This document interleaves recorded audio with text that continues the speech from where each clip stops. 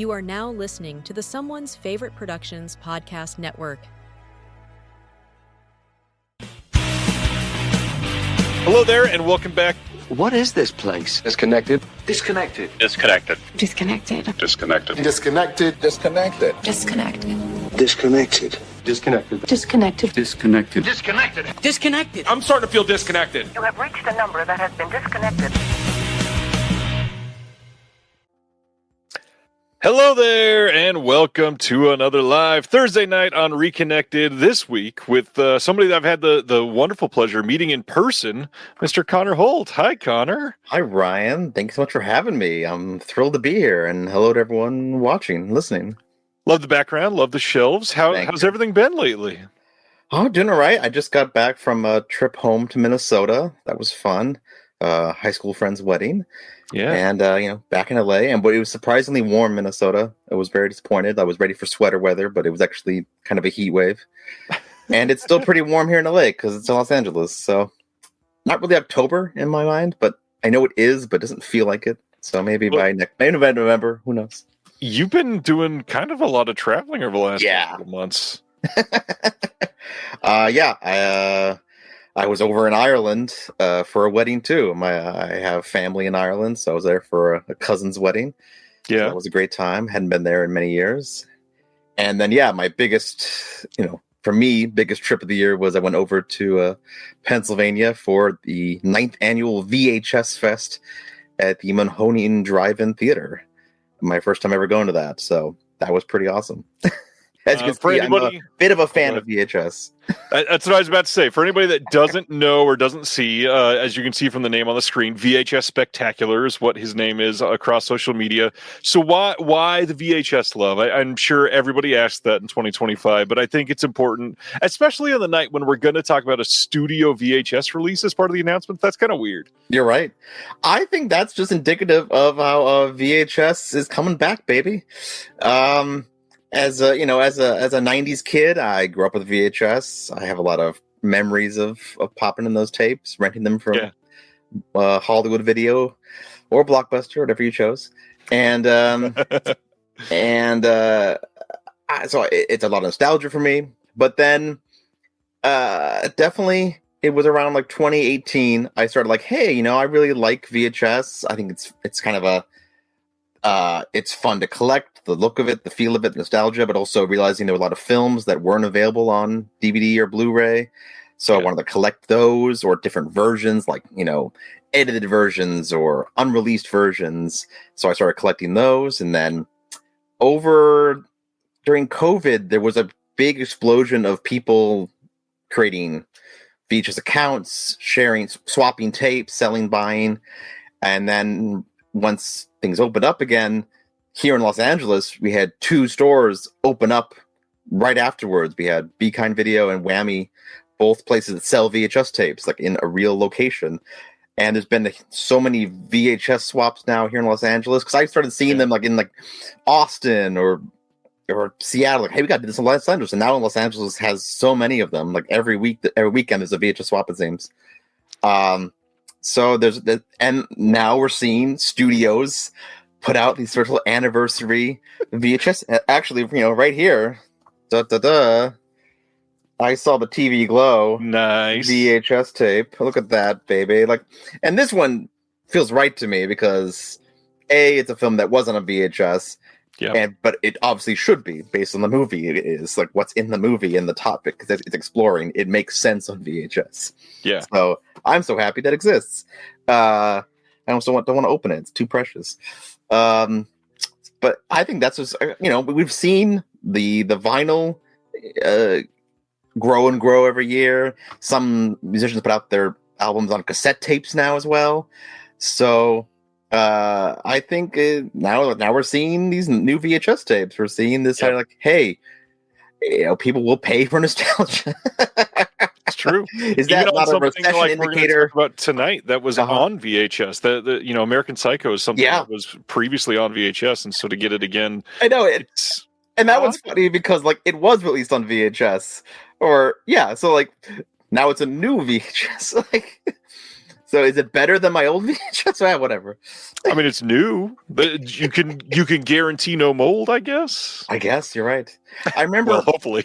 years on the Pulp Fiction DVD or one of his interviews, Tarantino talked about how like he wasn't a fan of VHS because of pan and scans, but said I personally approved it, so I have personally done all the panning and scanning myself. So it's a good VHS. Don't worry, I approved all the panning and scanning that happens in the film. Like, all right, well, he checked it out. Yeah. So yeah, I mean, lots of VHS love over the last couple of years from multiple companies. I mean, you got places like Lunch Meat that's still doing special editions multiple times a year. You've got TerrorVision doing stuff on VHS. Yeah. You've got A24 has done a few now. I think it's not just one. Yeah, they did Climax as well. Yeah, that's one of the other ones. Yeah. But yeah, I mean, more and more of these are doing well. I mean, even like Scarecrow Video, you can still rent VHS. Over Scarecrow. Internet. Shout out to Scarecrow. What an incredible video store. The fact that they have VHS, so many available to rent. Like you have to like put down a deposit, I think. Yeah. Scarecrow does allow you to rent DVDs for the mail, which is awesome. I've done that. But yeah, you can't rent the VHS through mail. They're protected, which is good. But here in LA, I volunteer with Vidiots, which is a major video store, and it has a cinema as well. But they have a huge collection of VHS as well. So I'm helping volunteer with them to catalog and eventually digitize all of their rare VHS tapes. So hopefully in a few years, maybe we'll be able to rent those as well. Yeah, would be swell. There's so many that just we can't, like we'll talk about one tonight that I didn't think would get a Blu-ray, and it's being announced tonight. So we'll talk about that. But just like you don't know. Like, sometimes you may wait years and it still isn't available on disc. That's true. You also, I mean, I don't know how much you want to reveal. You work some in the industry. Can you share some of what you do? I work in post-production, mostly in reality TV. I moved out here to Los Angeles after college. So I'm happy to working in the industry, doing something creative, but I love that I also have hobbies like my Instagram account and I do a lot of VHS swaps here, and I just love it. I love it. Like, there's so many things to do in LA. I can volunteer at a cinema. I can volunteer at Gardena Cinema, which is a little family-run independent cinema. I can check out Beyond Fest or Cinecon Classic Film Festival. Yeah, I wrote about silent and classic films that aren't available on disc either. Yeah, and that was the next thing I was going to bring up. You've also written, and now it's been the vast majority of the physical media advocate. You've been incredible, which has led to us meeting in person. But what are some of the better stories that have gone on for writing for that? Because I know Cinecon was a big deal. Yeah. Alex Ross Perry was a big deal. Yeah, that was really great. That Alex Ross Perry did the documentary Video Heaven this year, which if you're a video store guy like me, it's just catnip. It was just, pure catnip. It was amazing to watch and getting to talk to him about the movie. And he was great because he's just like, I'm open to anyone who wants to talk about it. I'll talk about it. Any publication. I just want to promote this movie. It's. I know that there's fans of video stores out there. I want to make sure they hear about it. So he was very nice to talk to, and I got to meet him. I ran to at VHS Fest. And then I came to LA for a Q&A, so I saw him twice then. Yeah, so it was very cool to talk to him, and I gave him a physical copy of the magazine, so he was very appreciative. Nice. Yeah. Speaking of that, you do a lot of events around LA and all that stuff too. What's been one of the more exciting ones for this year for you that are specifically in LA that people around the country really can't get to? Well, like Beyond Fest just wrapped here in LA. That was great. I went to a anniversary screening of The Ring with Gore Verbinski there to introduce it. Nice. It was fun.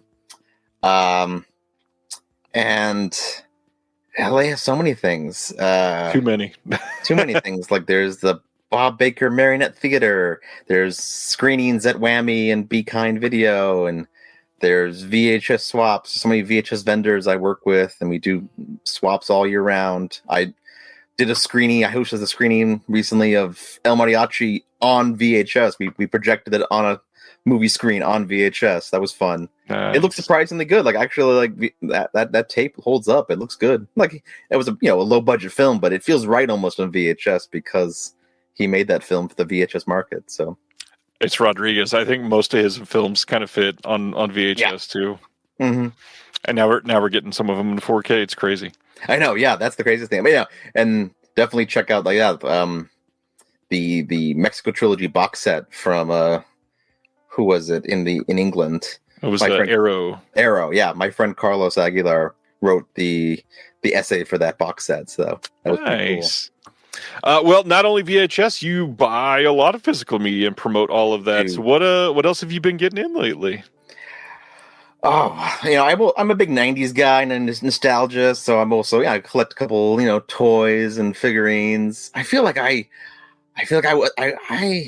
not saying my parents didn't buy me stuff as a kid, but I feel like there was a certain unspoken like, hey, you get Christmas, May birthday, that's it. And now, adult money, I'm going a little haywire here with all. Hey, I never bought all the Hook toys. I'm gonna collect all the Hook toys. I deserve those. I've got the Hook. I've got the Hook Happy Meal toys and everything else. I'm not everything. I'm getting there. I wouldn't be upset if I were to pick up the Batman the Animated Series Batcave again that I had as a kid. Batcave is so perfect. That sounds fun. So what about some Blu-rays and stuff? Anything you want to show people? Sure. Well, yeah. Here, I'll go through some things I've been picking up. So at VHS Fest, here I got Bebe's Kids on VHS. Oh, nice. I know it's on Blu-ray now. I'm very happy it's a Blu-ray, but this is pretty cool, like an actual. I just started this a few years ago. I think it's terrific. So much fun. Yeah. Underrated film. Alien from LA. Nice. What's his name? Pyun. Definitely, kooky film, a lot of fun. Another one that I would say pretty much everything he's done fits on VHS. Oh, yeah. And I have his film Radioactive Dreams, which is still trapped on VHS. Hopefully one day it gets the Blu-ray. So I was in Ireland, and I picked up Adam and Paul, which is, what's his name? Lenny Abramson, who did Room. Okay. This is one of his first films, but it's not available in the U.S. No one released in the U.S. So, and also the fun thing is that it's Tower Records, because Dublin still has a Tower Records. It's Dublin and Tokyo are the only cities in the world that still have Tower Records. Wow. So glad I could support them. All right, what else we got here? Supporting Tower Records in the 2020s. Exactly. All right, some other recent pickups. Northern Lights. I'm a big fan of this movie. I'm so happy this is finally out. I actually talked to the directors like 2 or 3 years ago, and I was like, "Hey, I hope this one gets a Blu-ray someday." Like, well, we're working on it, and finally this year, it finally happened. So I'm so thrilled. I love great Midwest film. Yeah. North Dakota classic. Really beautiful film. Xanadu. I heard you guys talk about this. Like, I gotta get that. Love Xanadu. What a film. So wild. So kooky. Yeah. There was like a 45th anniversary here in LA a couple months ago where what's his name? Michael Beck was there at a screening. I missed the screening, but I went to like the after party where people were hanging out. That was fun. Just seeing all super fans who love this movie so much. Yeah. Great LA movie too. Filmed all over the city. Tragedy of Man from Deaf Crocodile. Incredible release. Gotta check this out because I love Yankovic's other films. I love Son of the White Mare and Johnny Corncob. So excited to check this out. I love Deaf Crocodile. I love what they do. Beautiful releases. Gunbuster. It's an anime OVA series. Nice. From this is from Discotheque Media. Yeah, I'm so happy this exists because it's from what's his name? Hideaki Anno before he did Evangelion. So one of his earlier works, but very hard to find for a long time. Yeah, Discotheque doing some great stuff lately. Oh yeah, I love Discotheque. I'm so happy we have Discotheque for all the anime, vintage stuff, and then we have Deaf Crocodile for all the non-anime, and then we also have G-Kids there as well. Kind of. Yeah. So between the three of them, we're getting a lot of great animation. It's true. What do we got? Oh yeah, from Cinematograph, I've got Breathless. They did a pop-up here in LA in person, so it was great to pick this up. I need to watch this because I love LA movies, so I need to watch this one because anything shot in LA interests me. And then finally, I've got Blood Cult from DeGosser Video. This one's crazy because it's not streaming anywhere, so I haven't even seen this one yet. I don't really do blind buys that often. I try to limit myself things. If I love it really, I try to keep more to that. But this one, like straight up, isn't streaming, and it's the first shot on video horror film. So it's like I need to get this so I can watch it. So it's a piece of history. Exactly. So because this is. And as the joke goes, I love when these obscure horror films have hours and hours of special features, interviews, making ofs. Yeah. And then you have like Best Picture winners that have a trailer. Yep. Maybe. Maybe. The classic interactive menu as a special feature. Oh, interactive menu. I love it. I've got a couple here that are pretty special. One that I've not seen many people talk about, and there's a couple loud people complaining about these not being perfect. So I'm kind of curious to see how imperfect they are. But I personally, I don't think I've talked too much in depth about this, but I have 5 tattoos. 2 of them movie related. One is the Muppets, which I've said many times. The other one is I have a Peanuts tattoo. So here is the Peanuts Ultimate TV Specials collection that just came out. For what this is, I feel like this was very fairly priced. It's like $65 or $70. Okay. And this is literally like all of the TV specials that they can release. Sure. I think there's still 4 or 5 that have not been released on.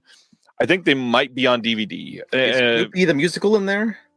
I think it is. Okay. I thought that was the rarest one. I've seen that film on VHS, but I wasn't sure if it was available on DVD. Now it's mostly like licensing problems, like the Snoopy at the Super Bowl one that they can't ever show. Wow. But yeah, there's like 4. Do they have the number in here?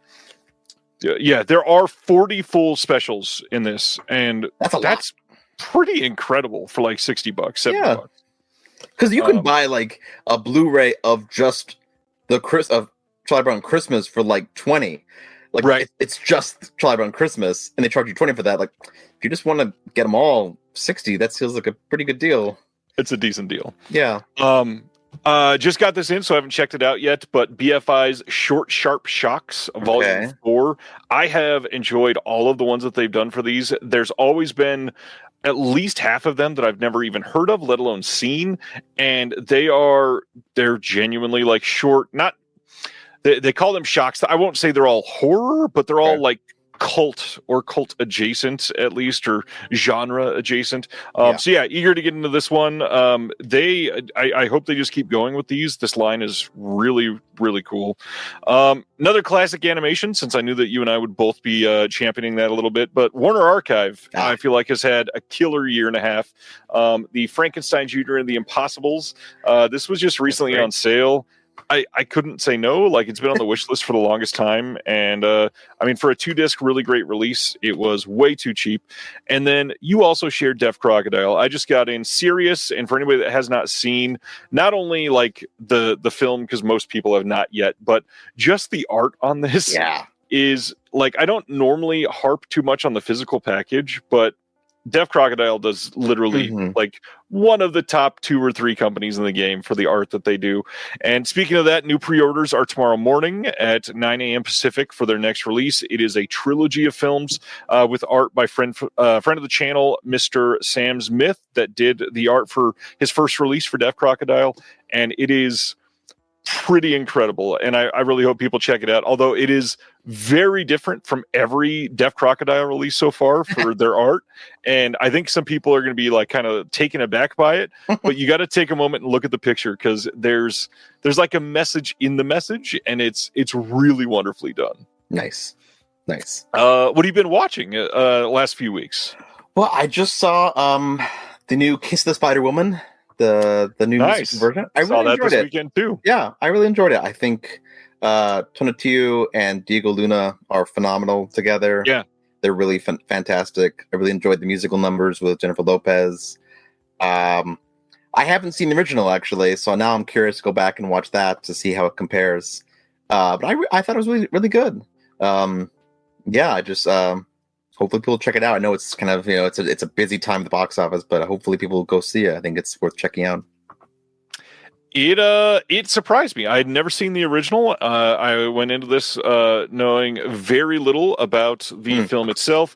But yeah, the 2 leads, and not, I know Diego Luna, because he's like very well known, is probably going to get a little bit more of the spotlight between the two of them. But man, they both are just 100% on fire in this film. Yeah. Really well acted, really vulnerable roles. I mean, Yeah. Mm-hmm.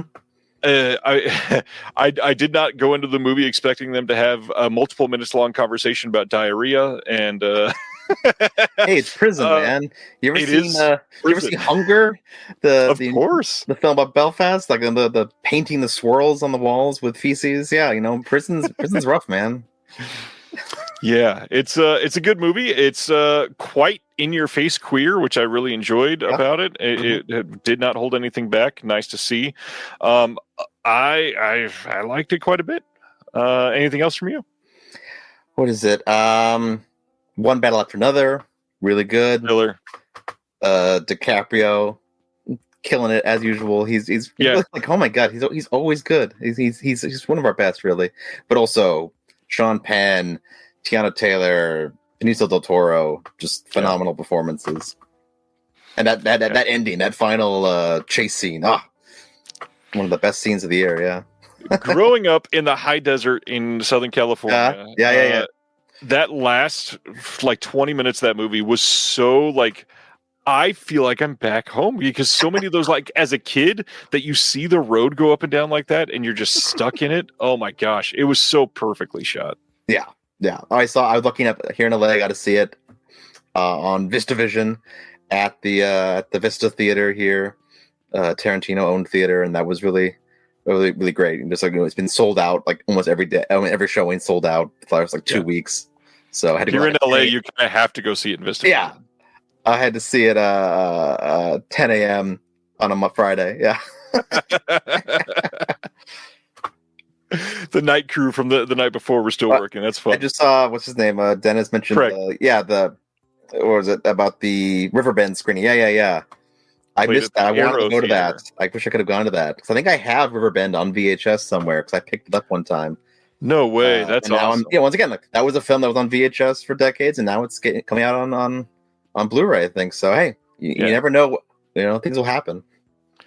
Coming out on Blu-ray after a 6K restoration, like that's amazing. Amazing 6K for a Sam Furstenberg film. I don't even know what 6K. Is that does a 6K play in the Sphere in Vegas? Like, what is the point of a 6K?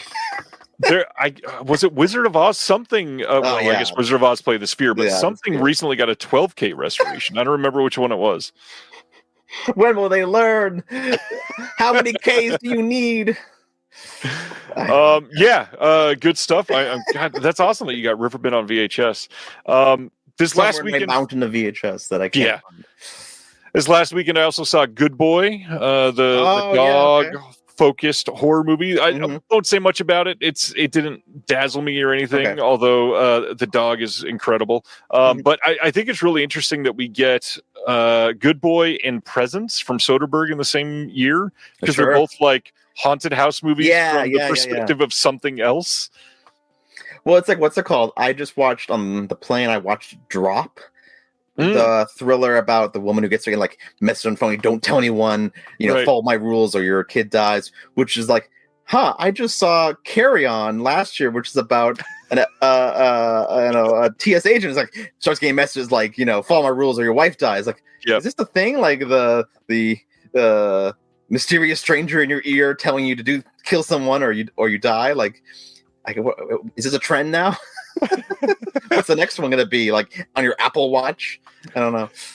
Well, I like that one's an airport. This one's a restaurant.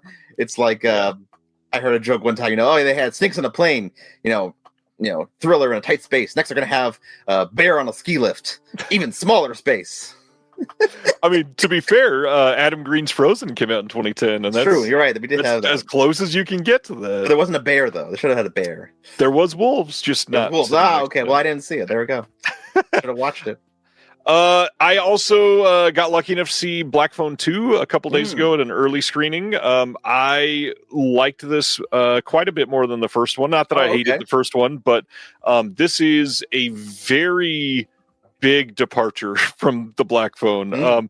It is an odd, very different, like supernatural take on the continuation of the story. It's also one of those sequels that is also a sequel and prequel baked in one, because they, not that they're like retconning things, but they're taking the lore and expanding it in a way that you have to know a little bit more about it. So they do that somewhat. Okay.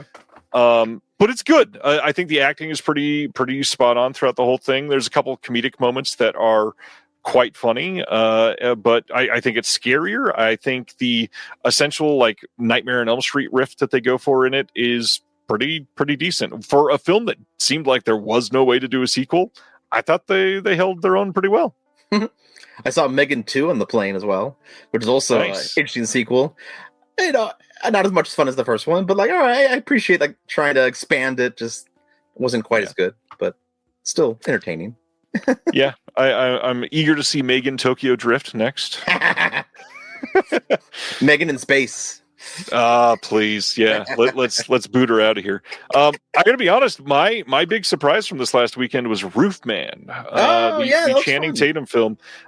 I was just completely taken with both Channing Tatum and Kirsten Dunst is incredible in the movie. She doesn't even have like a ton to do, but just being the actress that she is, like, the lines on her face in every scene are telling a story. She's a wonderfully responsive actor, and the story itself is compelling. I do think people that are, checking this out because they love like mainstream Channing Tatum are probably going to walk into a theater and be slightly disappointed because they're going to say it drags a little bit in the middle of it. But really, I felt like all it did was like it gave proper not just explanation or exposition, but like you start to really empathize with all of the characters. And with a movie like this, that's kind of a rare thing. Usually it's like, let's just get to the next plot point and call it a day, but they actually give them room to breathe in this. And I gotta be honest, I was very surprised with how successful the entire thing was. No, that's great. I've been a Dunst fan my whole life, man. All the way back to Interview with the Vampire and Jumanji, Drop Dead Gorgeous. Man, Kirsten Dunst, awesome actress. Yeah, keep wearing that Dunst cap. That was a terrible joke.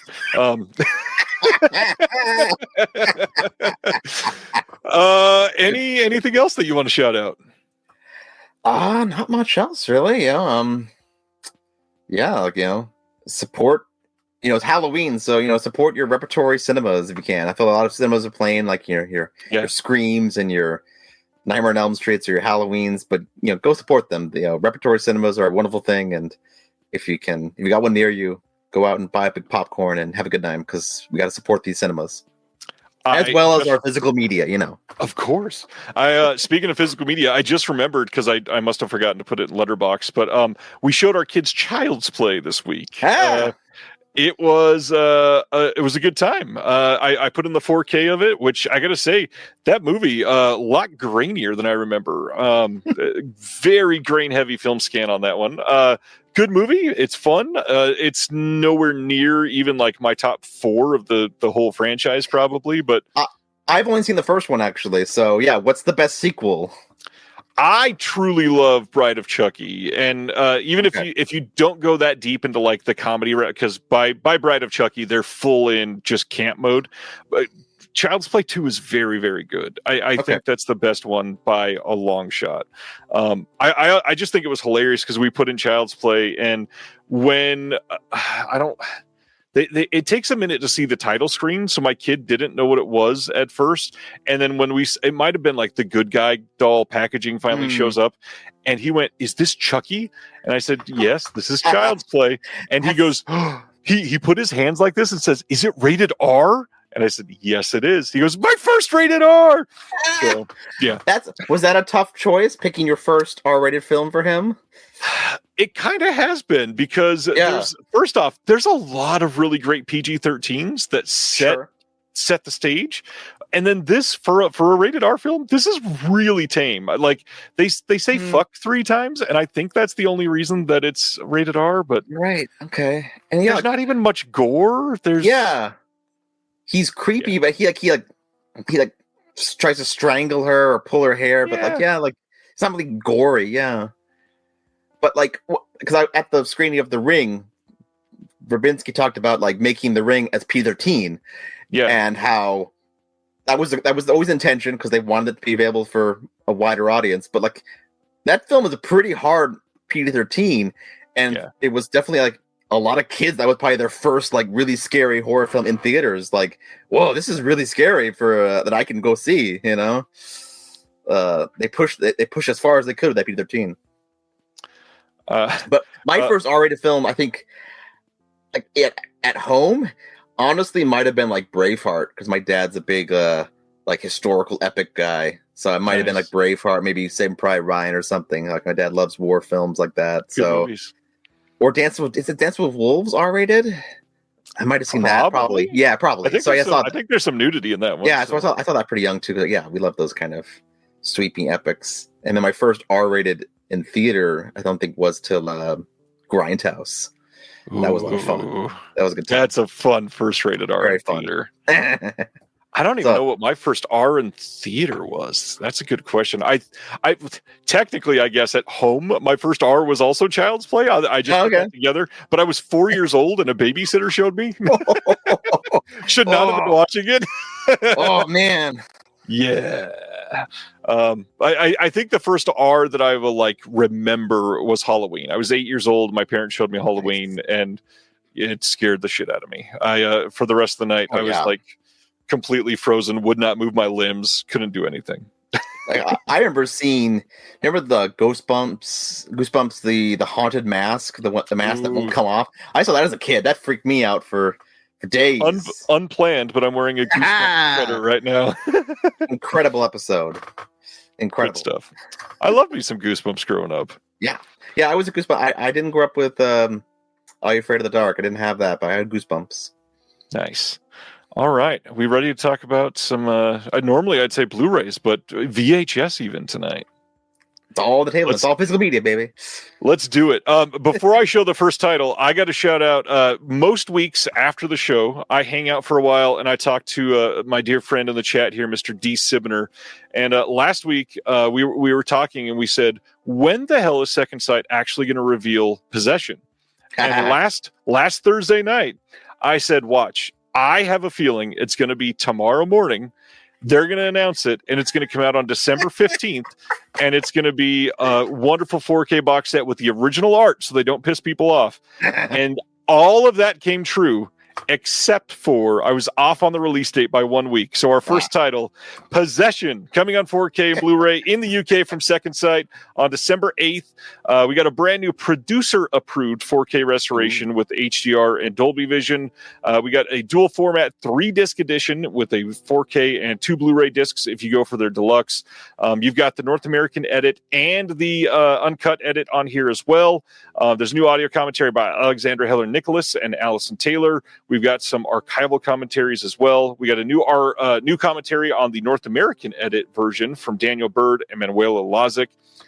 We've got Kat Ellinger speaking on Possession. We've got the U.S. reception featurette on here, interview with the composer, all kinds of archival extras. And then, of course, big book, 220-page hardback book with new essays by Daniel Bird, Elena Lozic, and Allison Taylor, plus some old writing on the film. And then, if that's not even enough, another book, 211-page original shooting script with notes by Schwofsky himself and Frederick Tooten. Yeah, this is a hell of a release. My God. Possession. How do you feel about Possession? I haven't seen it, actually. But it's crazy. I've been told to watch it so many times. I see it all the time. Oh, I got to watch Possession. Like, I definitely feel it's definitely one of those, like, I feel in the last few years, people are discovering it. Like, oh, you got to watch this. So I'm late to the party, but definitely this is gorgeous. The fact that, you know, it's always incredible to see what they're doing with physical media, how much they're giving you, the script, you know, the box set, you know, it's wild. And like, it's always like, I haven't seen it, but like, it's like, there are certain movies, like if my favorite movie got this box set, like, I'm like, oh my God, it's amazing.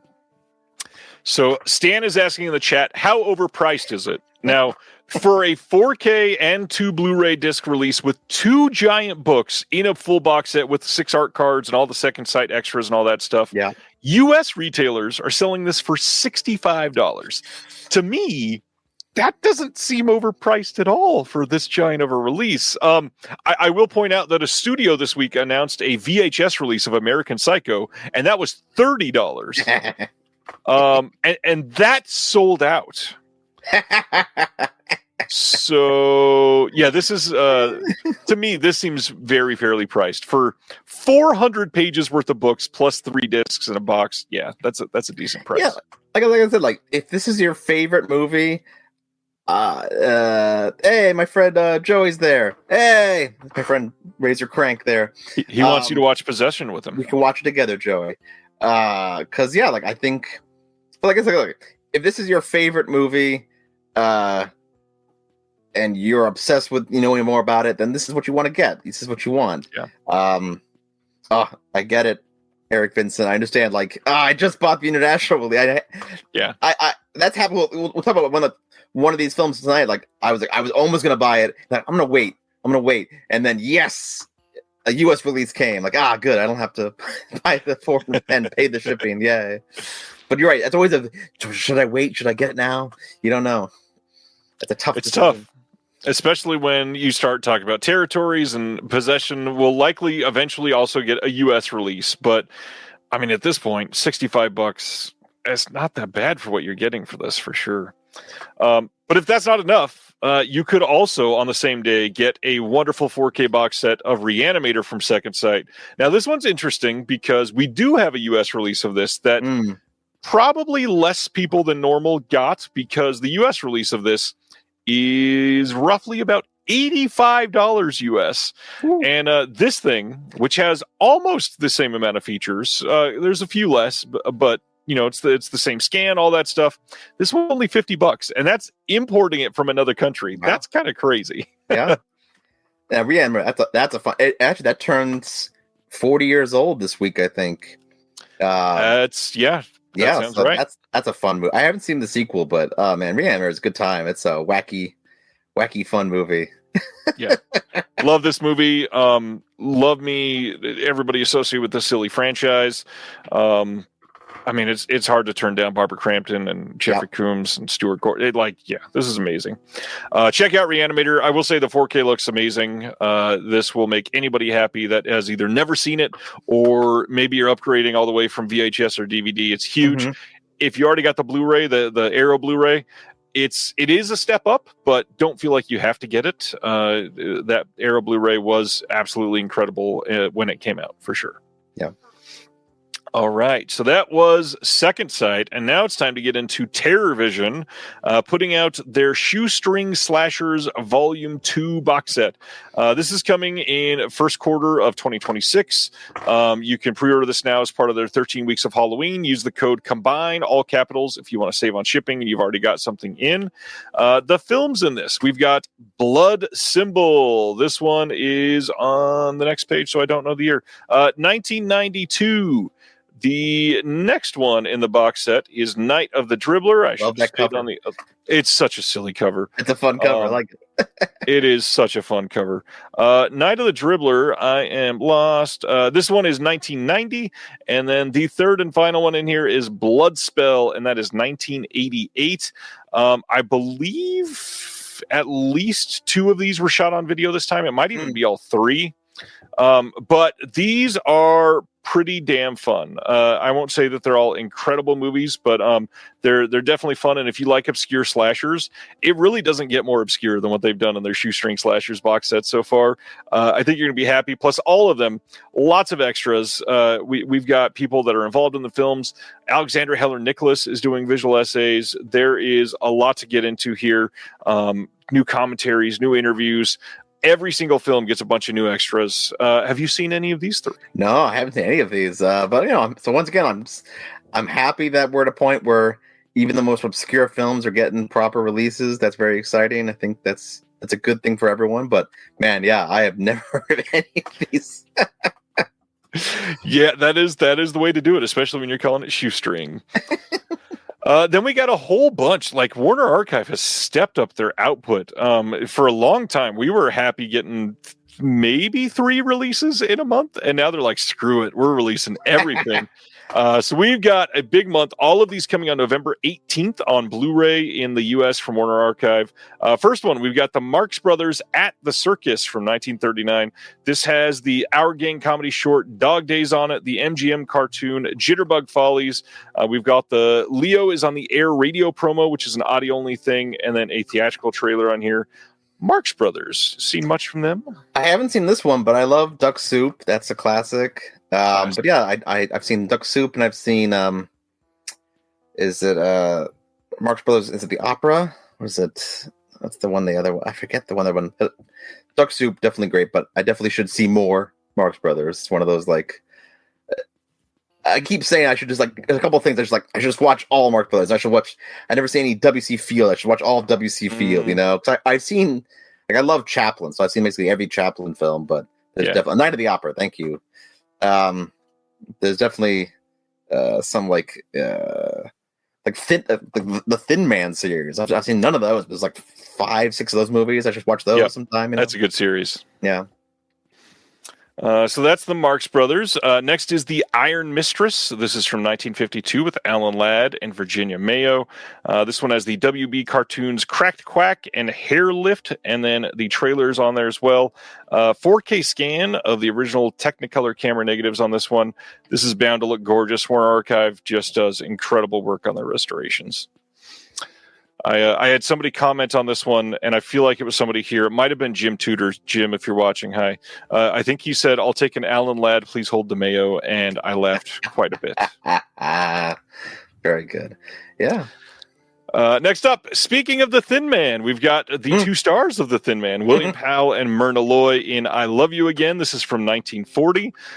This one's going to have the Lux Radio Theater broadcast with Myrna Loy and Cary Grant. And then Fitzpatrick Travel Talk short subject, Cavalcade of San Francisco, plus an MGM cartoon, The Milky Way, and a trailer. Once again, 4K scan of the preservation elements. I've never seen this one, but Powell and Loy are great together, so I'm sure this is incredible. Yeah, no, definitely. Sounds good to me. Moving to our next one, we've got It's Love I'm After with Leslie Howard, Betty Davis, and Olivia de Havilland. This one is from 1937. We got a classic Warner Brothers cartoons, Porky's Building and Porky's Bad Time Story, and a trailer. I know nothing about this. I know a couple of the actresses, and that is it. I'm curious, how do they pick which cartoons go with which release? I'm wondering, are they thematically linked? Is it just whatever was next on the availability? But I wonder if it was how much decision making goes into picking the cartoon. If George Feltenstein ever answers my emails, that will be one of the questions I ask, because I've always wanted to know. Like, yeah, I mean, it could be chronological, I guess. Like, did they come out the same year as the film? Yeah, sure, that could be it. Yeah. I'd love to know. God, I'd love to know. All right, that's that one. Next up is The Miracle from 1959. This has a cartoon Bonanza Bunny and Arabian Nights on here. Also has a trailer. And then again, like we talked about with Riverbend, 6K scans of the original Technicolor camera negatives. That's wild. This is going to be beautiful, no doubt. Just amazing. Next up is Silver River with Errol Flynn. We're going to be talking about him in just a few minutes again. November 18th for this one again. This is from 1948. We got the classic Warner Brothers cartoons Rabbit Punch and Two Gophers from Texas, plus the trailer on here. And this one is a 4K scan of the original nitrate negatives. And then The Bride Came COD from 1941 with James Cagney and Betty Davis. I have always heard that this one is great. Have not had a chance to see it. This one has quite a lot of extras for Warner Archive. We've got Warner Night at the Movies 1941, a short subject gallery, vintage newsreel, musical shorts, Carnival of Rhythm, and the Oscar-nominated 40 Boys and a Song. We've got classic Warner Brothers cartoons, Porky's Pooch, Rhapsody and Rivets, and Saddle Silly. Saddle Silly. We've also got the theatrical trailer for Honeymoon for Three, plus a bonus cartoon, The Bird Came COD, then a Lux Radio Theater broadcast of The Bride Came COD with Bob Hope and Hedy Lamarr, plus the trailer. And yes, this is a 4K scan. Like, that is a lot for a Warner Archive disc. And this is going to go on sale for like $13. How do you argue with that? Yeah. No, and what's it called? Like, I feel like a lot of these films, I wonder, I was talking about, Cinecon Classic Film Festival. A lot of these played there maybe over the years, and now they're finally coming to Blu-ray. So I'm sure someone out there is like, "Oh, finally! I've been waiting for this film for years." So I just wish there was a way to order this COD as well. So that is that for Warner Archive. Next up, we've got interesting rollout for how Severin is doing this. We had it revealed that on December 8th, they are releasing a 4K of The Wild Geese, but only in the UK. As it turns out, they're also releasing this in the US, but that will be early next year. So if you're over in the UK, you can order this from the severinfilms.co.uk website now. This is a 3-disc limited set. It's going to have an exclusive 50 Men in the Valley of the Shadow, a 316-page color hardbound book on the making of the Wild Geese by Tony Earnshaw. There's a original soundtrack CD on this. There is 6 UK Lobby Guard reproductions. And then brand new commentaries, brand new extras, all kinds of stuff coming in this. And yes, all of this will be coming to the US, but you got to wait till later this year to be able to pre-order. I had a lot of people ask if this is the first Severin UK release. Not at all. They actually have many is relative compared to what they've done in the US, but they have more than a handful. They put out the Russ Meyer stuff in the UK. Years ago, they put out Baskin in the UK. They've done some stuff, but they don't do quite enough over in the UK for sure. No, I've never heard of this film, but Severin's a good company, yeah. Yeah, they do some solid stuff. And I had a lot of people ask, this is a weird one for Severin to put out. I think Severin puts this out because I think this is a David Gregory favorite because it was popular in the UK and he's from the UK. So this is would make sense. Personal favorite for him. That and all the video nasties are all his wish, sure. That's for sure. Sure. This year's film, Red Sonja, is getting a Blu-ray release from Goldwyn Films on November 11th. I have heard the just most polar opposite feelings of this, that this is amazing, and that this is a crime against humanity. I have a feeling you have not seen this one yet. No, I didn't even know this existed. I remember Robert Rodriguez and Rose McGowan were trying to make this remake like 10 years ago and never went anywhere. Yeah. So I had no idea that someone finally made it. But yeah, that poster doesn't give much hope, but I don't know. I gotta be honest, unless it's even then, I was going to say, unless it's a giant theatrical film, the modern posters don't do a lot for me, but many of those aren't doing great either. I feel like we're letting streaming services dictate poster choices nowadays. And streaming services, the key art that they use for those are just the most atrocious and bland pieces of crap ever. Yep, totally agree. Just close up of a face. Yeah, if you're lucky, and like maybe the title sometimes. You like George Clooney? Click on his face. You'll watch anything with that slob in it. Speaking of terrible posters, coming out October 27th in the UK on Blu-ray from Dazzler Media is Diced. This is the worst title ever. Diced Reloaded. I have heard this is awful. It definitely looks awful. Adam, thank you for that. I'm going to go back to that last one as we were talking about it. I meant to bring this up at the beginning and totally forgot. It's kind of crazy in a week where we have lost Hollywood great in Diane Keaton, a music great in Ace Frehley, that possibly overshadowing both of them is by far the most prolific, most well-known cinematic poster artist of all time, Mr. Drew Struzan. He has done many of the most famous posters that you've seen. The most famous posters for Star Wars that are giant are just some of the examples of stuff that you've appreciated from him and just probably not even known the name for many people. Drew is a powerhouse of talent. He's had books dedicated to his oeuvre. He is just... The documentary about him is great. Yeah, it's incredible. Oh God! See, Brendan brought up D'Angelo. For some reason, I thought D'Angelo was last week. That's why I didn't say anything. It's been a crazy week for big deaths. Yeah. No, Drew Struzan, they'll be like some of my favorite posters of all time are Drew's. And just last week, just a few weeks ago, we lost the Italian poster artist, Yeah. who did all the posters for Once Upon a Time in Hollywood. Yeah, but yeah, it's rough. Like, you know, I know he had been sick for a while there, but still, it's a major loss. But yeah, Diane Keaton though, that was really shocking to me. Actually, I think I just didn't expect it, so that caught me off guard. Yeah, pneumonia too. They just announced that today. God. It's crazy how quick that can happen. Mm-hmm. All right, we go from Drew Struzan to Thriller, A Cruel Picture. December 1st, 4K in the UK from Screenbound. This keeps happening, that they are putting out Vinegar Syndrome titles essentially on the same disc, but over in the UK, all of this is likely going to be nearly identical to the Vinegar Syndrome release. You got a sticker sheet and a poster if you want it, and for anybody in the UK, this will likely be cheaper if you did not get the Vinegar Syndrome one yet. That being said, I would still trust the Vinegar Syndrome disc over this one. It's probably got better encoding and stuff. But yeah, Thriller, A Cruel Picture. Next up, this year's Anemone is coming on 4K, I think, and I only say I think because of the way that they designed the cover for this. I really kind of do wish that they'd stop printing the words 4K Ultra HD when the case says it as well. But this one says Blu-ray and digital code at the top instead of 4K and Blu-ray and digital code. This one is able to pre-order now over on Groove.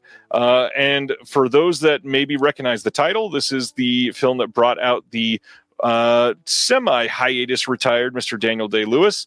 Both men on the screen gave a wonderful performance in this film.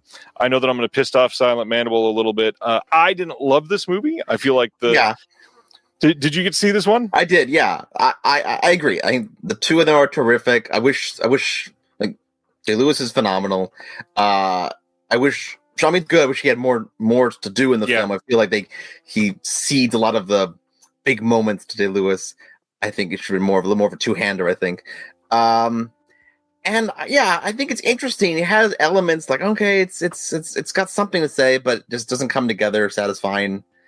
And I think it's fascinating to me because Day-Lewis, some of his most famous roles, In the Name of the Father and The Boxer, are about Northern Ireland, where he plays an Irishman trapped in Northern Ireland in that conflict, in the Troubles. And now we have, for all these years, the reverse of that. Now he's playing a former British soldier. That was just very fun to see him, like, of all things to come back and do after 10 years. This is the project that he comes back with and that he co-wrote with his son.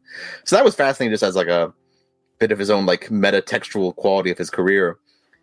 Yeah, like he's good in it. I'm happy he's acting in it, but I just wish there was more meat on the bone or something. Yeah, I agree with that fully. That being said, I will say I really have high hopes for Ronan Day-Lewis to direct more. Because it was shot beautifully. Yeah, it was. There's a couple scenes in this, specifically like the storm scene is so well done and kinetic, and I would like to see this one again on 4K at home in a dark room, but it's a good movie. Check it out. It's just not a great movie. Yeah. Next, I am so surprised this is getting a release. This is incredible.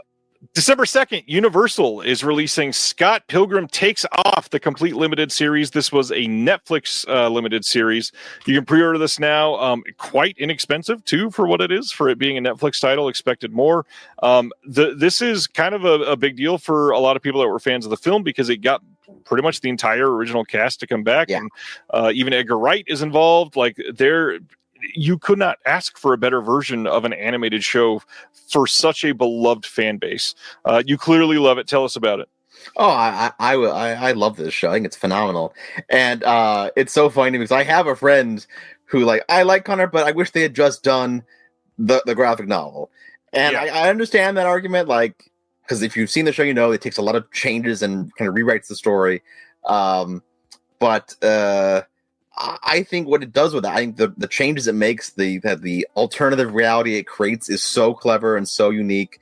It makes me think about it in so many different ways. Brings up new, makes characters I thought were one way completely throws them on their head and shows a different side to them. I thought, and I love the animation by by Science Saru. It's just beautifully made. Love the cast coming back for this. And yeah, I was just so shocked to see it getting a Blu-ray. I'm thrilled by that. It's awesome.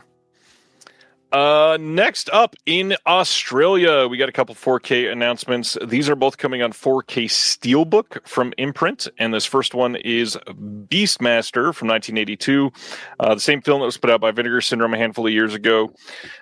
This has I believe, pretty much everything that was on the Vinegar Syndrome disc. We've got the special VFX cut on a Blu-ray as well, so it's a big 3-disc release. Tons of extras on here. If you love the film, this is going to be a great way to get it. It is a steelbook from Imprint, which means it's pricey, but it's not like The Last Seduction pricey or Halloween pricey. It's medium pricey. There's pricey and there's almost pricey. You're lucky your friend is almost pricey. And if Beastmaster is not enough for you, one that a lot of people lump together, we also have The Sword and the Sorcerer. This one was released here in the States by Scream Factory, another Albert Pune, like we were talking about. We've got a 2-disc release here, again, 4K Steelbook, both of these coming on January 7th of 2026. And looks like fun releases. Yeah, it's a fun. I'm just praying for the day we get the Radioactive Dreams Blu-ray. Someone out there, come on, figure out the legal. There's some kind of like copyright or contract kerfuffle, and that's why it's stuck on VHS. But hopefully one day, I would love to see that film get like a fancy edition like this. I wish. Michael Smith in the comment is responding to the Warner Archive question from 20 minutes ago or whatever.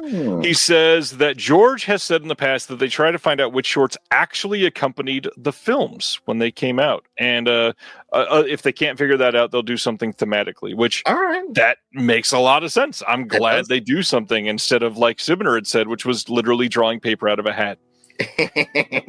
No, you can pretend you're back in the theater, like how they would have shown it, and they should have they should find the newsreel that went with it too, because I love talking to my grandpa about like Connor, I went when I was a kid, I'd go to the theater, there'd be a newsreel, then a cartoon, then a double feature, and usually it'd be a cowboy film or an action movie. Yeah, like I was like, you want the full 1950s 40s experience.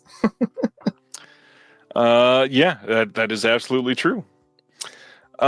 Next up, we got kind of an odd one to cover. So I do post some Kickstarter, Indiegogo type campaigns sometimes. This one is for a company that we all pretty much know and love, and it's from AGFA. But the interesting thing here is that it's very different from what many of us would be used to seeing in a Kickstarter campaign. So AGFA is raising money to restore the Blood trilogy from Herschel Gordon Lewis. This will be Blood Feast, 2000 Maniacs, and Color Me Blood Red in 4K from the original negatives, as well as the 18 additional Lewis films, including Jimmy the Boy Wonder, Blast Off Girls, that have only ever been released on VHS or DVD. They're partnering with Something Weird on this, and they're going to release that on 4K, UHD, and in theaters afterwards, while the additional films will be released on Blu-ray for the first time ever. They're looking to do like new color grading. They have to get a couple new pieces of equipment and all that stuff. There's a list of all the films that it is.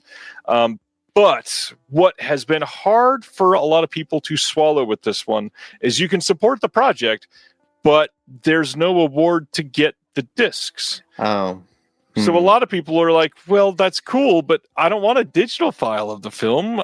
You're AGFA. I want to be able to buy the discs through this. And so I'm worried that they're not going to get to their campaign. I haven't looked. Maybe they've already done it, and I'm an idiot for saying that I'm worried about it. But I feel like if they would have offered, I don't know, all three for like $100, I feel like a lot more people would have been happy to clock down. I always think that's like, it just seems obvious. That one of the rewards, a small reward for a digital copy and then a larger reward for a physical copy. That just seems obvious, but I don't know what. Maybe there's a reason. I don't know.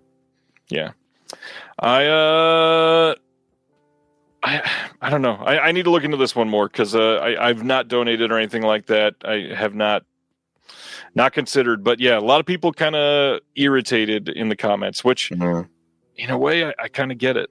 Sure. Speaking of being irritated, I bet a lot of people are irritated about this. In late November, Vinegar Syndrome is releasing The Keep on 4K. What is this? They've done that already. Yes, they're doing it again as part of a new imprint called VSR, and that stands for Vinegar Syndrome Retail. It is a retail-focused initiative designed to provide indie retailers with exclusive re-releases, beginning with Michael Mann's The Keep. This sold out so fast that a lot of people were not able to get a slipcover with it or the booklet, but now you can get both again, almost a year after it's been sold out, and many people have bought standard editions. So, yes, that is the part where people are going to get frustrated.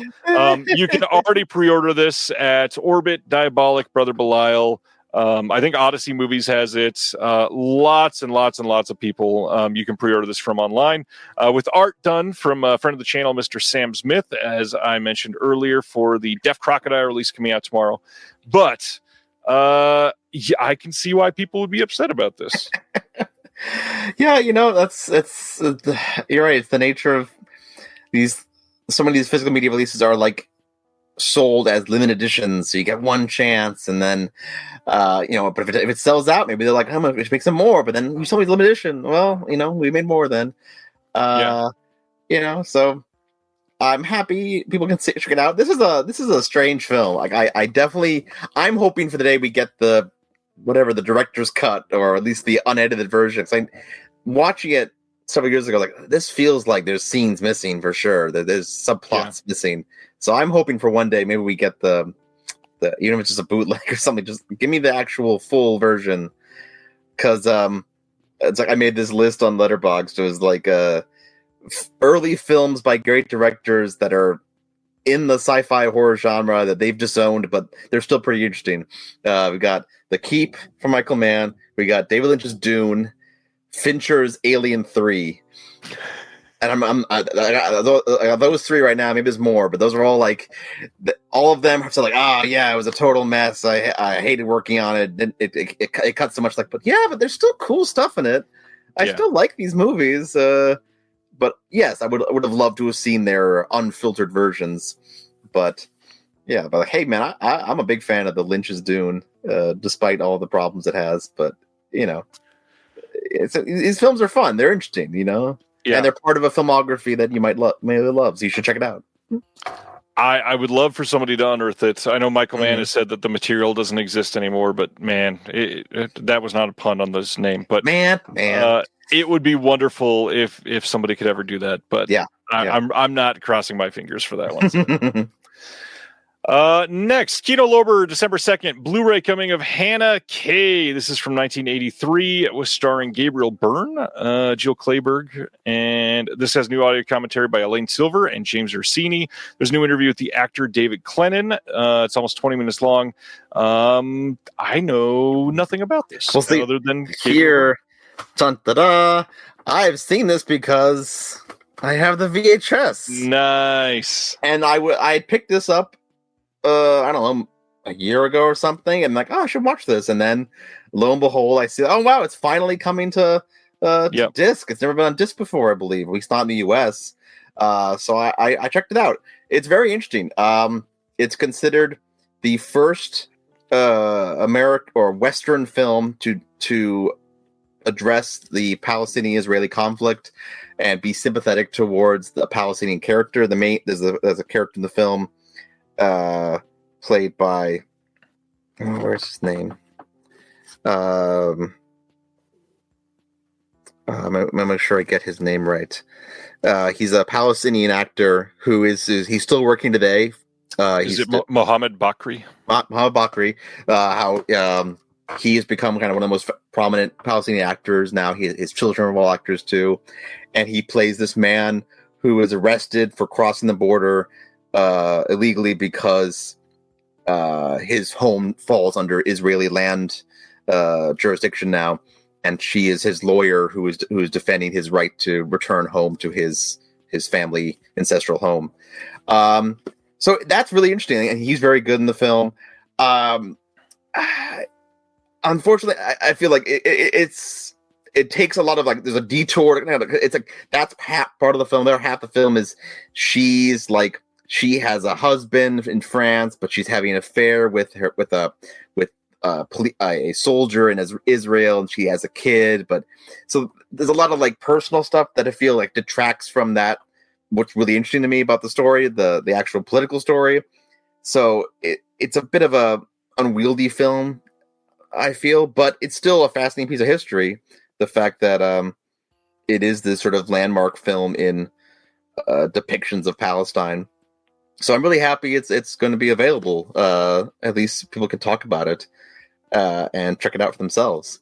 Because it's worth checking out, seeing a film in the times we're living in right now, looking back to the 80s and how sadly things have been violent for a long time. It's been very difficult situation for a long time. So I'm happy to see a positive Palestinian character in a film get some discs. I think saying it's been a long time is quite underselling how long the conflict has been happening. Mm-hmm. Exactly. Next, on December 9th, Kino is releasing the anthology horror film Dead of Night from 1945.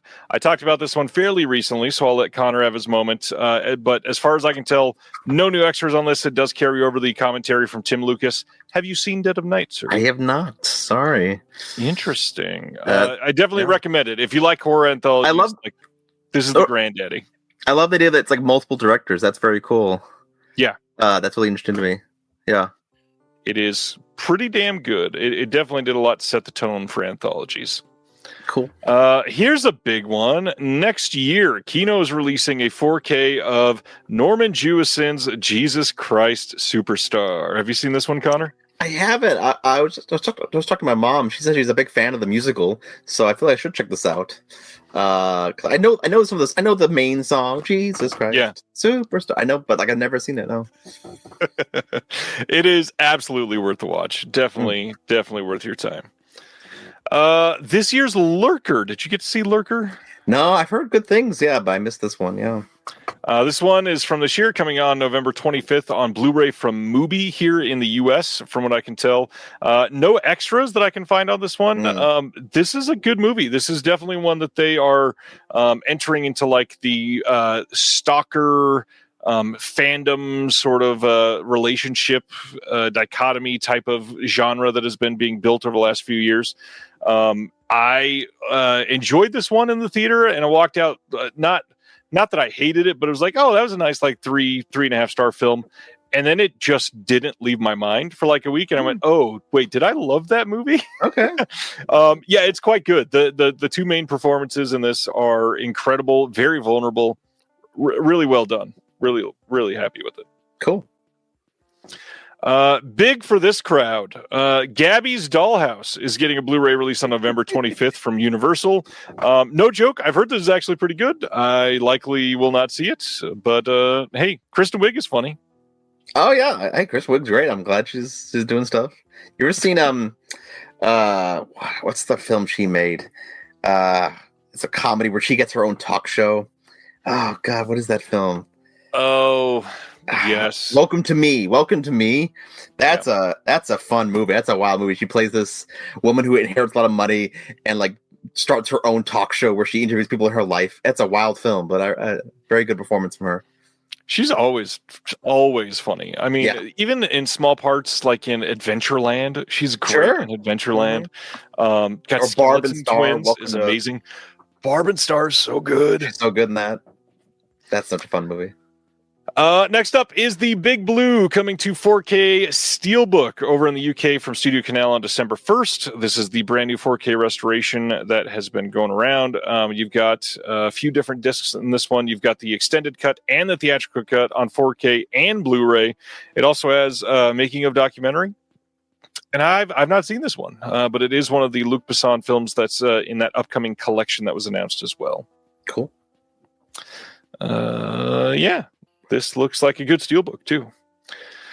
Speaking of steelbooks, next one is Jarhead, coming to 4K steelbook and standard release. This is coming in the UK on December 9th, in the US on December 10th. This one has a bunch of archival extras. No interviews or anything that's brand new from what I can tell, but 4K should look good because the Blu-ray in this did not look very good. So I'm hoping this is a nice big update. It's a good movie. It's a semi-hard movie to watch. Did you ever see Jarhead? No, is it about the Desert Storm, or is it about which war is it? Oh, The 90s, right? I think it is. Yeah. I haven't seen it, but it's like, what is the defining film about like the 90s Desert Storm conflict? I guess Three Kings really is the defining film. Possibly that's the best film probably. But look, is there a defining film about the Iraq War of the 2000s? I don't know. Yeah. Is there a platoon for that war? I don't know. But yeah, never seen it. Good movie. I kind of like Jake just said, I don't think I've seen this since theaters, so it's been a long time on this one. That was also, not to make it super personal, but it was also a really weird time for me to see this in theaters because I was 18 when this came out, and I had multiple friends being shipped out to Afghanistan. Wow. So watching this movie was like, oh, this is not a good time for me to try to be worrying about people. Ooh, yeah. Next, it is time for the Arrow Harvest Season Sale. This is happening right now, going on until November 3rd. As usual, the UK sales prices are at least a little bit better than the US prices. So if you are region free, I would check that out. But also remember, there's some Arrow stuff that if you're not region free, it's actually a region-free disc, so you don't need to worry about that, and you could get from the UK side. If I remember right, the math is that if you get like 4 titles at least, the free, not free shipping, but the shipping becomes where it's worth it, and stuff is actually cheaper than buying from the US site. So if you're planning on spending more than, we'll say, 4 titles, I think it makes sense to at least check it out. I gotta be honest, I've not been doing a lot of Arrows buying as far as sales titles recently, but what about you, Colton? You checking that, or not Colton? I was reading Colton in the chat. Connor. I don't know. I was still looking at Colton's comment where he said Jarhead's a movie I watched only for Jake Gyllenhaal's butt. Hey, we all have our personal choices. I don't know. I got Arrow. God, I don't remember the last time I bought an Arrow. I picked up, I don't know, recently, I picked up the Arrows Blu-ray edition of a Legend of the Ridley Scott's Legend, but that's an old release. But I just picked it up because I love that film. Good. Underrated Ridley Scott movie. It is literally one of the best depictions of the devil in any film. Yeah, Tim Curry, man, legend every time. Next, The Americas, the complete limited series from this year, is getting a 4K and Blu-ray release here in the States from Universal. I love the cover image that they're using for this. They're watching you. Truly, I've heard this is incredible. Have not even seen a scene from it, but supposedly this is one of the first times that, like, for true nature documentary filmmaking, they're using like proper drones and robotic filmmaking. So they've been able to capture things that they couldn't before. That's great. That just reminds me of a funny story.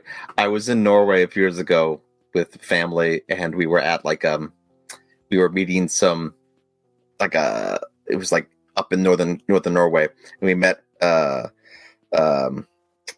reindeer herder, and they said, what's it called? We used to use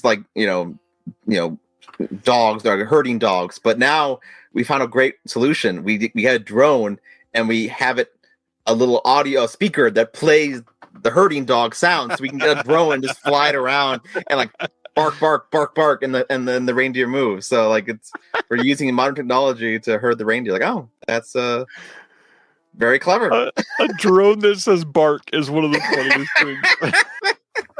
things. You're walking through the woods like, woof, what's that? Oh, it's a drone. You hear woof amongst static for some reason. Amazing. All right, next up. A new boutique label, as far as I can tell, has risen from the obscurity over in the UK, and these are both releasing this month on Blu-ray. We are getting Laid to Rest, the Chrome Skull slasher from 2009. This is kind of a big deal because this film has never been released on Blu-ray in the US or the UK, I believe. I think only the sequel was on Blu-ray. So if you are into modern slashers, this might be the one for you. If you buy from them, you get 4 postcards. You get a slipcover and then a reversible sleeve. For extras, it's a bunch of archival extras. But they also, I'm kind of curious to see what this is. They have a torture porn featurette. I wonder how they spent their time doing that. But also, if you want, you can double it up and get the sequel coming out at the exact same time. Laid to Rest 2 Chrome Skull comes out. Yeah, I've never even seen these. Have you seen these? Never heard of them, yeah.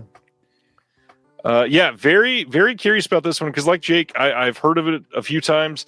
I think there's a German Blu-ray of both of them, but that was the only way that you could get it for the longest time. So now it's nice that people will be able to get it. Unfortunately, if you live in the U.S., you cannot buy these directly from their site. So I'm just hoping that once they get released, you'll find them on Orbit or Diabolic or Brother Belial or somebody. Sure. Yeah. Next up is Scars of Dracula. We talked about this last week, I believe, coming from Studio Canal over in the UK, but this is the US version coming from Kino on December 9th. This has a new audio commentary by Tim Lucas, which is going to be exclusive to this one and not on the Studio Canal release, so lots of Tim Lucas fans might be double dipping on this one. Have you seen Scars of Dracula? No, I've only seen the first Christopher Lee Dracula film. So I know he made so many Dracula films, but I've only seen the first one. So I'm curious how, because I was struck in the first one that he was relatively young. I think he was like in his 30s, something like that. And he just seemed almost too young to play Dracula. I know Dracula's supposed to be immortal, but like he looks too young almost. And like there's a scene where he like jumps on a table. It's like he's too agile. Dracula shouldn't be that agile and jumping on tables. I don't know. It's an alright film, but I am a pretty big fan of the Lugosi Dracula film. That's still my at the heart of it. That's my Dracula. But yeah, but I love that he made so many Dracula films. So many. Like, what is this? Is this number 5? Is this number 12? What is this? I don't even know. If I remember right, I think it is 5 or 6 or 7, something like that. Yeah, it's certainly late in the. Do you call it a franchise? Like, yeah, you're right. Like, are they even meant to be the same Dracula, or are they all just like a Dracula, different non-connecting films? I don't even know. Yeah, it's a good question. All right, next up is the Blues Brothers. This is getting a new anniversary steelbook release. This is from 1980, so we're looking at 45 years of the Blues Brothers this year. December 9th, this comes out, and the only thing that's new here is there is a new featurette called On a Mission from God, the story of the Blues Brothers, going behind the scenes on the chaos, comedy, and car crashes with new interviews and never before told stories from the cast and crew. That's cool. I haven't seen this in years. Yeah. That's a fun movie. Down with the Illinois Nazis. Boo, Nazis. Yeah. It's been a long time for me as well. I certainly would not mind seeing it again, but I already got the old 4K. I don't need it just for a new bonus feature, sadly. Yeah, I get it. Like, yeah. All right. Next up is Lionsgate Limited. We've kind of been counting down the days for this. I do like that on their site they post when the next one coming out is going to be. So, like, hey, I don't need to come back to the site if I'm not buying anything until this date. But we finally got details on The Descent. This is the one that people have been waiting on for a little bit. This is coming out fairly quickly, too. November 11th on 4K Steelbook. And I really like the way that they designed the steelbook on this. It looks nice. There's probably going to be some debossing going on. If you get this, the Lionsgate Limited extras that they have will be the Poetic Pain, the film score, and What Lies Beneath, re-exploring The Descent, plus a whole bunch of archival extras. This does have both versions of the film, so you don't need to worry about if it's getting the American ending or the UK ending. It's got both. Don't worry. Of course, now with this being announced, a lot of people are asking if anybody else is going to put this out and speculating that it might be Second Sight, which wouldn't surprise me. They've already done stuff that Lionsgate Limited has done. But tell me, sir, have you seen The Descent? Any thoughts? I haven't. It's a big blind spot for me. Man, I've heard about it for years. Definitely need to check it out sometime. It is a wonderful film. It is quite terrifying, Mhm. and it's one I am. I'll see what the chat says, because I understand that this is very scary, but this is one of the ones I'm considering showing my kids this month, because even though it's very scary, like there's hardly any, like there's no nudity, there's Interesting. nothing Okay. really sexual other than like there was an implied affair between a couple people, but it's not even like implied on screen. They talk about it. Sure. Very little profanity. It's just terrifying. Yeah. No, I've heard good things. Definitely. I am down to traumatize my kids this month. I promise. So here it is. We had mentioned it earlier. American Psycho coming to a limited edition VHS from Lionsgate Limited. This releases on December 9th. And as far as I know, this was sold out earlier today, unless they put up more copies of this. This was up there for $30. $30, and it sold out, Connor, in 2025. How do you feel about it? Hey, I'm happy people are buying it. Happy people are embracing it. Hopefully, they'll. I'm only because like, are they going to sell a VCR to go with it? Like a lot of people, I feel like a lot of people don't have VCRs right now. So people who buy this, hopefully they buy a VCR too, and then they'll buy other VHS tapes. Yeah, I mean, that is the only thing that hurts with this, I think, is like, sure, vinyl is pretty popular still, but we're still selling turntables, and we're still making turntables. Mm-hmm. If we were making and selling VCRs actively and I didn't have to buy them at a thrift store, I'd be a lot more supportive. I wonder if someone will take up that job and start making, like, I don't know, like, even if they're really, just consumer friendly, low, even low quality, but like make some VCR, make new VCRs. I don't know if I don't know what the the parameters that are, but I think there could be a market there if this keeps happening with boutique VHS from major distributors. Maybe someone can start making VCRs again.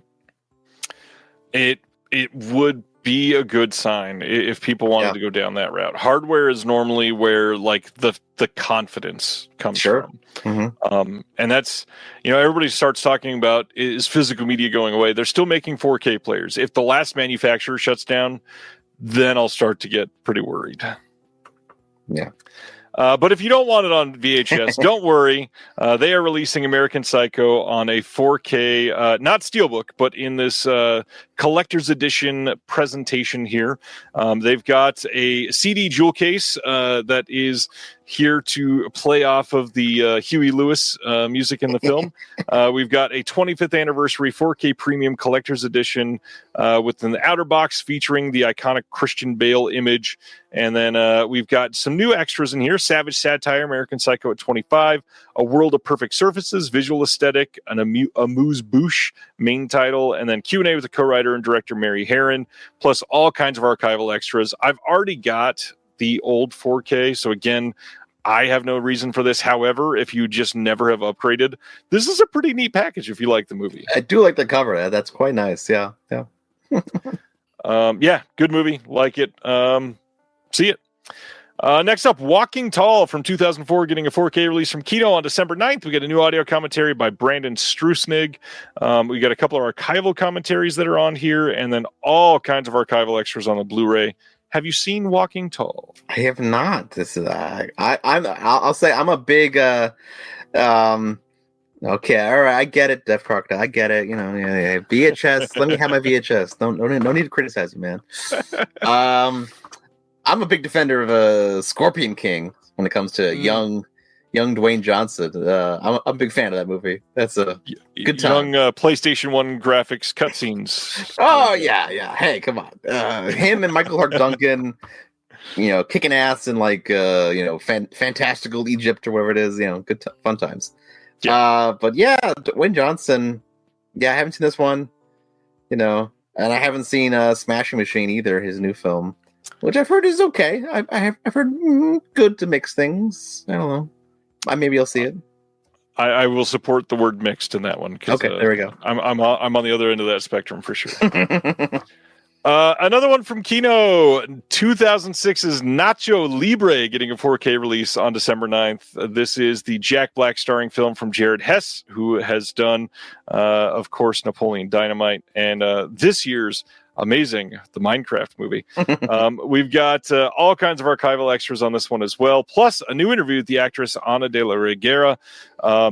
I love this movie. Showed this movie to my kids a few months ago. They loved this movie. I will absolutely be upgrading this to 4K. I think this is one of the best, like, under the radar ish and like certainly not mainstream comedies over the last 20 years. And yeah, it's a favorite. I've never seen it actually, but I'm a big Jack Black fan, so I really should check it out. Yes. I was just at a theater here in LA, the Frida Cinema down in Santa Ana, and they did like a screening of it recently, and it was huge. Like over 100 people showed up for it. So like, there's fans. It's got a cult fandom. So yeah, I can see why it's getting a 4K. Yeah, it's a wonderful movie. It is really well done. Please check out Nacho Libre if you haven't seen it. Raro Video through Kino is putting out Young, Violent, Dangerous from 1976. This is written by Fernando De Leo. It's got an audio commentary by the guys from the Wild Wild podcast, Adrian Smith and Rod Barnett, plus an archival documentary. If I remember right, I think this was included in one of their box sets, or maybe they put it out on DVD, but I think this is an upgrade from them. Have not seen this one. Cool cover, though. Yeah. I love the old Italian style art that they go with sometimes. Back Down Under in Australia, we are getting December 10th, a 4K of Aeon Flux or however we're pronouncing that non-letter these days. No new extras from this as far as I can tell, but it is coming in a lenticular hard case with some art cards. And then on that same day, they are also putting out the perfectly paired with that film, John Carpenter's Vampires from 1998. Same thing, lenticular hard case and some art cards. Have you seen either of those? Nope. I feel like they're both like disappointing films from otherwise good directors. You know, I love Carpenter, and Karen Kusama made the what's it called? The Invitation. That's terrific. Yeah, so like good directors, just big budget misfires. But hey, if you're a super fan, I'm sure you watch all of them. They let you do it. You can get away with it. Yeah. This year's film, The Roses, coming to Blu-ray on November 25th from Searchlight. This is going to have a gag reel, a behind-the-door look at the epicenter of the film, which is their really nice house that they have. Yeah. There's going to be some use with some cast and crew, talking about stacking the cast with a bunch of wonderful faces in this. Lots of good stuff coming on the disc. I hate this poster art, but decent movie. Saw this year, and it's all right. It's not amazing, but it's good. No, I didn't see it, but I saw this poster art on billboards all over LA for like a month. So I've seen this poster art a lot. I imagine. I think this is the trailer that I saw the most this year. And by the time this came out, I really wanted to strangle Benedict Cumberbatch. Look at that. Even Aaron is saying the same thing. Yeah, this trailer played so many times this year. Next up, one that I've heard is actually pretty good. I'm kind of eager to see this one. December 9th in the U.S. from Wellgo, Beast of War that came out this year. This movie starts as a war film, and then a plane gets shot down, and it turns into a shark movie. And that just sounds like an amazing setup. That's it. That's pretty cool. Yeah, look, you're right. Combining two different genres like that, because I saw The Shallows a few years ago. That was a pretty good shark movie. Yeah. But Shallows, but what if she was a soldier? There we go. Yeah, okay. Yeah. And this one is directed by the same guy that did Wormwood. I know a lot of people love that one. So this, to me, seems quite promising. Cool. Very eager to see that. Next up, Criterion. Criterion starting January 2026. Heavy, like lots of titles. Another thing on top of all the titles we're about to talk about, House Party just got delayed to January for them. Okay. For some reason. It was due out in November, but they just had to come out and change the release date on that one. It had been I think the end of November, and now it's January 27th. So now they're going to have like 8 titles coming out in January, which is so much for Criterion. So let's go through these. January 6th, we've got Jim Jarmusch's Dead Man coming to 4K from 1995. This one is a great movie starring Johnny Depp. Have you seen this one before? No, it's one I haven't seen. I love Only Lovers Left Alive, so definitely need to see more Jarmusch. It's a good movie. Good movie. I even like The Dead Don't Die, which I think some people were kind of mixed on. I really enjoyed that film. Yeah, I'd say this one is leagues better than The Dead Don't Die for sure. not that I hated The Dead Don't Die, but this is better. All right. Next up from 2000, 4K release coming of what many have hailed the best film since 2000, and that's Edward Yang's Yi Yi. This is no new extras again, but in 4K, this movie is just going to be stupendous. I cannot wait to see this one in 4K. This is a must purchase for me. Cool. Then the long-awaited return of Martin Scorsese's World Cinema Project comes on January 20th. This is box number 5 in the series. Unfortunately, I've seen a lot of people complaining because of the number of films in this. There's not a ton in the box set, but everything looks to be really great. Specifically, The Fall of Otrar is one that I've been wanting to see for a while. This is going to be a 3-disc box set. You've got extras for everything. I'm just glad to see this series continuing. Yeah. Any thoughts on these? Have you seen any of them or any of the other World Cinema projects? No, I haven't. But I'm just thrilled that Scorsese does this. I'm just so happy that I love it when successful artists put their influence and their money to good use. Tarantino buys movie theaters. Scorsese curates box sets of rare films. I'm happy to see if you got the name power, do some good with it. They use their power for good, and the world is a slightly better place. Now, if someone could just buy the Cinerama Dome here in Los Angeles and reopen it, that would really be appreciated. Come on, Christopher Nolan, I don't know, someone. Paul Thomas Anderson, you got some money lying around. Come on. Anybody. But here is one that we've heard complaining about for so long that it's missing. And finally, January 20th, a 4K, Blu-ray, DVD, and VHS, I'm kidding, not VHS, of Captain Blood starring Errol Flynn from 1935. This is, again, a very big deal. Pretty much anytime an Errol Flynn film is announced, people say, great, but where's Captain Blood? Really? That's interesting. Wow. Every single time. Now, that being said, I am shocked how many people saw this announced and said, well, where is The Adventures of Robin Hood on 4K? I'm like, Jesus, just be happy. Come on. Well, those are the best ones, but yeah. I mean, yeah, obviously. This has a new 4K digital restoration with the uncompressed mono soundtrack. We've got an audio commentary with Alan K. Rody.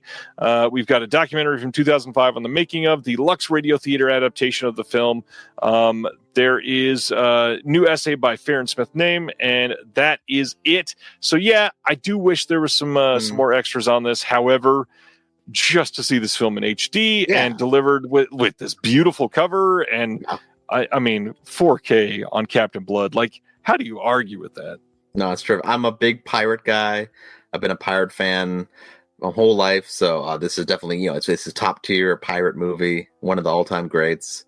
Top 5 pirate films. We got Captain Blood, Cutthroat Island, Muppet Treasure Island. Hell yeah. Those are definitely the 3. The first Pirates of the Caribbean. That's a pretty great one. That first one's awesome. And then 5th one, that's tough. I got ones that I'm a fan of, but maybe not every. I was going to say, you mentioned it earlier. I was totally expecting Hook to be number. And Hook, I guess we'll do Hook. Well, that's like those are the 5. Like it's Peter Pan just in general is a great classic pirate story. I got to be honest. When you first held up your hand, I was totally waiting for. Okay, we got Captain Blood. I'll give it to Pirates of the Caribbean, but then Pirates of the Caribbean, Dead Man's Chest, and I like 2 and 3 okay, but like the first one is perfect. Oh, and then Treasure Planet. Love Treasure Planet. So good. Terrific adaptation. You know, like, and look, there's so many great adaptations of Treasure Island. It's a great book, but Muppet version and Disney version, So good. great versions. I love Muppet Treasure Island. Next up, writer of the film was awesome.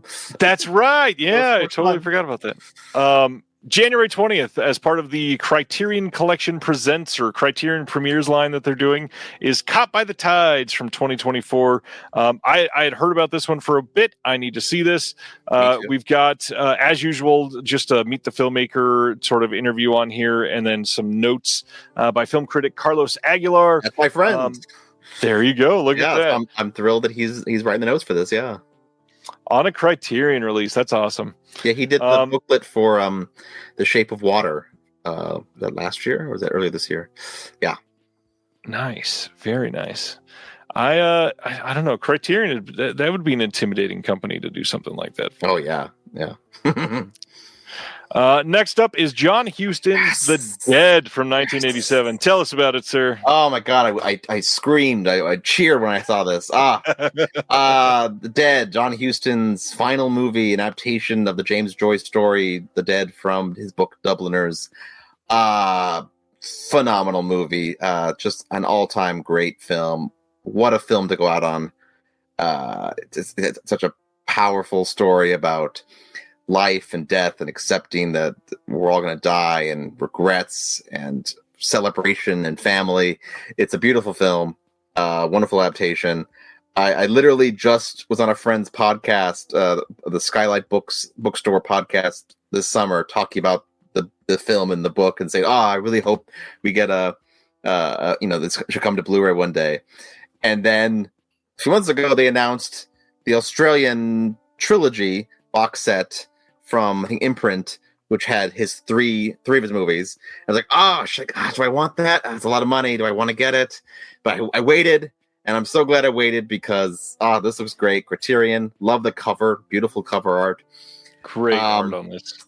And also, it includes this phenomenal documentary, John Huston and the Dubliners, which is a documentary they filmed on the set. It was like, they were there on location, and I've seen, like, it's on YouTube. It was on VHS, so I've seen like a VHS rip on YouTube. But it's a terrific documentary. Great to see on set, talking to the cast, Anjelica Huston and John Huston, about the film as they were making it. But it's never been on DVD, so I'm thrilled that this, because the Imprint edition doesn't include that. It's like, I'm so glad I waited. And it's so cool. They also have like it's fascinating. It has like parts of her from Anjelica Huston's memoir, like, rather than a new interview. It's like what is it? It's like audio excerpts. That's funny, because I did pick up her memoir, and she does have like a whole chapter about this. Like, oh, okay, like, it is a good chapter. Nice. So that's just funny. Like, all right, rather than, I guess she said everything she needs to say about it, we'll just use the memoir. All right, fair enough. She does talk about it. This is coming on January 20th on 4K and Blu-ray. It's a big deal. Lots of people very excited about this. And really, that documentary specifically, the fact that they could get that is pretty big for fans of this. I'm loving it, because that's I'm always saddened when a new release has to drop the documentary in an interview because they couldn't get the license, couldn't get the rights to it. Like, oh no! But the fact that this is getting it, like, thank God, thrilled. Well, that was already like 6 new announcements from Criterion, and they're not even done yet. It's not even one more, but they've got like arguably the biggest title left, and that is 2004's Birth, finally coming January 27th on 4K and Blu-ray from Criterion. This is the Jonathan Glazer, and he directed, Nicole Kidman starring. We've got a 4K disc of the film with Dolby Vision. We've got an interview with Glazer and Nicole Kidman on Charlie Rose from 2004. New documentary on the making of the film with behind-the-scenes footage and interviews. New program on the film cinematography. Lots of great stuff to make this amazing. That being said, I know that I mentioned him earlier, and he made fun of me tooting my own horn. I will toot Sibner's horn. Mr. Daniel Sibner is in Birth. He helped work on the film, and so Mr. Sibner is in the Criterion Collection. Congratulations, Dan. That's awesome. Birth. Have you seen Birth? Oh yeah, it's been a while now, but this is a terrific movie, and it's so fascinating because it got very mixed reviews when it came out. A lot of people did not like it when it came out. So to see after all these years, 20 years later, now it's going in the Criterion collection. That's vindication, for all the people who believed in this movie. I think it's a terrific movie. Great performance from Nicole Kidman. Yeah, it's a big 6 months for Nicole Kidman. I mean, 2 major titles come in the Criterion collection. You dump Keith Urban. They shortened your AMC intro. Like everything is. Everything's coming up with Kidman. Yeah, but no, Yeah. she's really one of our great actresses. The fact that she's managed to keep being relevant and trying new things. Like Baby Girl last year. Like she's a daring actress who's still trying, pushing herself year after year. But this is, looking back, this is one of her best performances, I still think. Still very relevant, still great at what she does. I mean, no fault there. Yeah. Good stuff. And finally, from Criterion, we mentioned it earlier, Kiss of the Spider-Woman from 1985, getting a 4K and Blu-ray release from Criterion on January 27th. This will be the best way to see the William Hurt and Raul Julia starring Kiss of the Spider-Woman. Never seen it. I will likely purchase this because I love William Hurt and Raul Julia. Yeah. Don't know how I've never seen this, so cannot wait. Mm-hmm. No, definitely want to see this. Yeah. Terry is saying, someone give us BMX Bandits 4K. Seriously. It's on the way. Umbrella's already said that they're working on a 4K of BMX Bandits. And in the picture, she's still a fan. Like, she wore the T-shirt one time. Like, yeah, she's like, I'm proud of that film. Good for you. Good for you, Nicole. All these years later, and she still loves it. On Kiss of the Spider-Woman, we've got interview with Suzanne Gilles Levine, the biographer of Kiss of the Spider-Woman's author, Manuel Puig. We've got Making of Kiss of the Spider-Woman from 2008, a feature-length doc. We've got a short program on Puig. We've got an essay by B. Ruby Rich. Just very, very curious to check this one out for sure. Yeah. All right. That is Criterion. Next, we got a Ghost in the Shell 4K Steelbook coming over in the UK on December 1st. There's a couple options for you for characters. They've got like 2 different colors to choose from, so make sure you're looking at those depending on which one you want. And looks like a fun release if you like Ghost in the Shell. Terrific film. Excellent classic anime. Really great. I've heard it's amazing. I've still never had a chance to see it. And the sequel is great too. Oh, I didn't even know there was a sequel. Yeah, Ghost in the Shell 2 Innocence. Also really great. This next one, this is the first time that we have seen one of these in a long time, and I do kind of want to highlight this for a minute because I tend to shit on VCI a lot. Now, VCI has done a lot of rough things over the years as far as half-assing many of their discs, but I will say their classic Mexican cinema line is one of the best things they've ever done, and they've not released any on the line in a long time. So here we got January 20th. They're putting out The Body of Crime, also known as El Cuerpazo del Delito. This is from 1970. There's no extras on this, but it is a comedy told in 3 episodes, and that alone seems interesting. Nobody else is going to be putting out a Mexican comedy from 1970. I will absolutely be buying this. I will absolutely be watching this. If you are into checking out world cinema and specifically world cinema comedies, which don't get a lot of love because a lot of times comedy does not do well with international audiences. But I will absolutely watch this. That's a good point, actually. You're right. No, very cool. Yeah, cannot wait. Next up, this year's Dead of Winter coming to Blu-ray on December 9th from Vertical Entertainment. This is the Emma Thompson kind of survival crime horror thriller. I don't know how to explain this one. I liked this one. I didn't love it, but Emma Thompson was great in it. I need to see it because I'm curious. How about her Minnesota accent? What do you think of it? It wasn't terrible. It was very clearly not her actual accent. Sure, yeah. However, it's a great Minnesota accent is pretty difficult to pull. I know. It's very interesting. It's like, but also the fact they shot it like in Finland too, which is just so funny to me. A Minnesota film starring a British actress, shot in Finland. Like, all right, well, all right. Yeah.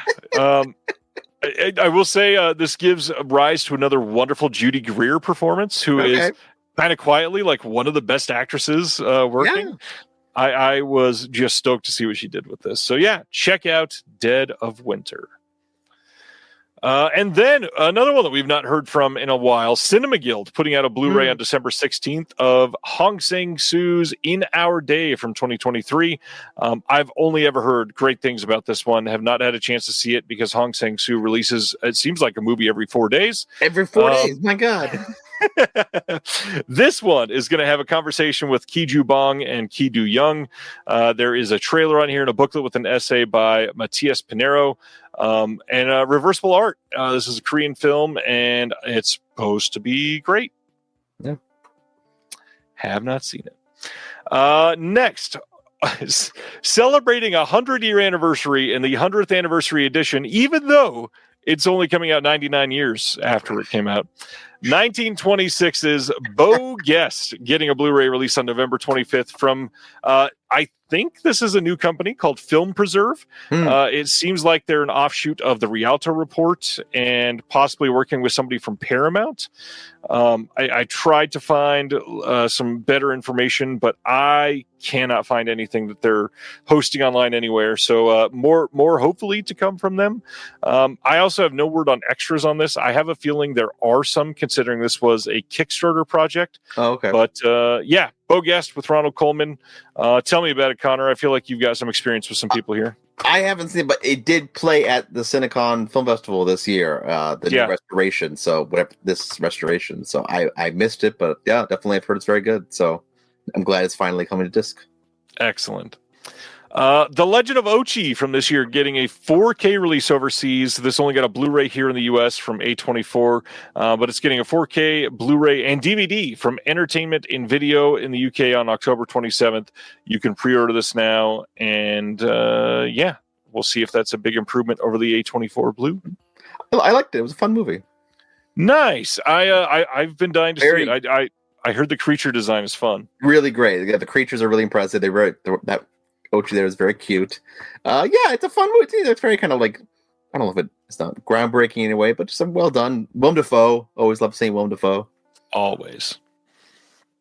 Another one from this year is Zeno. I've never heard anybody say this out loud. I always would say Xenomorph, so I'm going to say Xeno. This is coming out November 25th on Blu-ray from Blue Fox Entertainment. I've heard this was not bad. I've heard it wasn't same as Legend of Ochi, I guess, like not groundbreaking, but a fun take on this type of story. And yeah, I'd watch it. It's the tagline just reminds me of Tarzan. 2 words, 1 destiny. I think we've gotten two singing moments from Connor tonight. And our last announcement for the week is the Ice Storm from the great Ang Lee is getting a Blu-ray release over in the UK on November 24th. This is coming from Studio Canal. I am not seeing any extras for this one yet, but I think there's probably going to be at least some archival ones on this. You can pre-order it now. And yeah, I've not seen this one. It's supposed to be pretty good. Kevin Kline, Sigourney Weaver, Christina Ricci. I mean, that's a hell of a cast. No, I've never seen it. You're right, but it's a couple of Ang Lee films I missed. Obviously I love Crouching Tiger, Brokeback Mountain, but yeah, I haven't seen a lot of his earlier work yet. Like I just saw what's it called, like The Wedding Banquet, the remake. So now I need to go back and watch the original Wedding Banquet now. Same, definitely need to see it.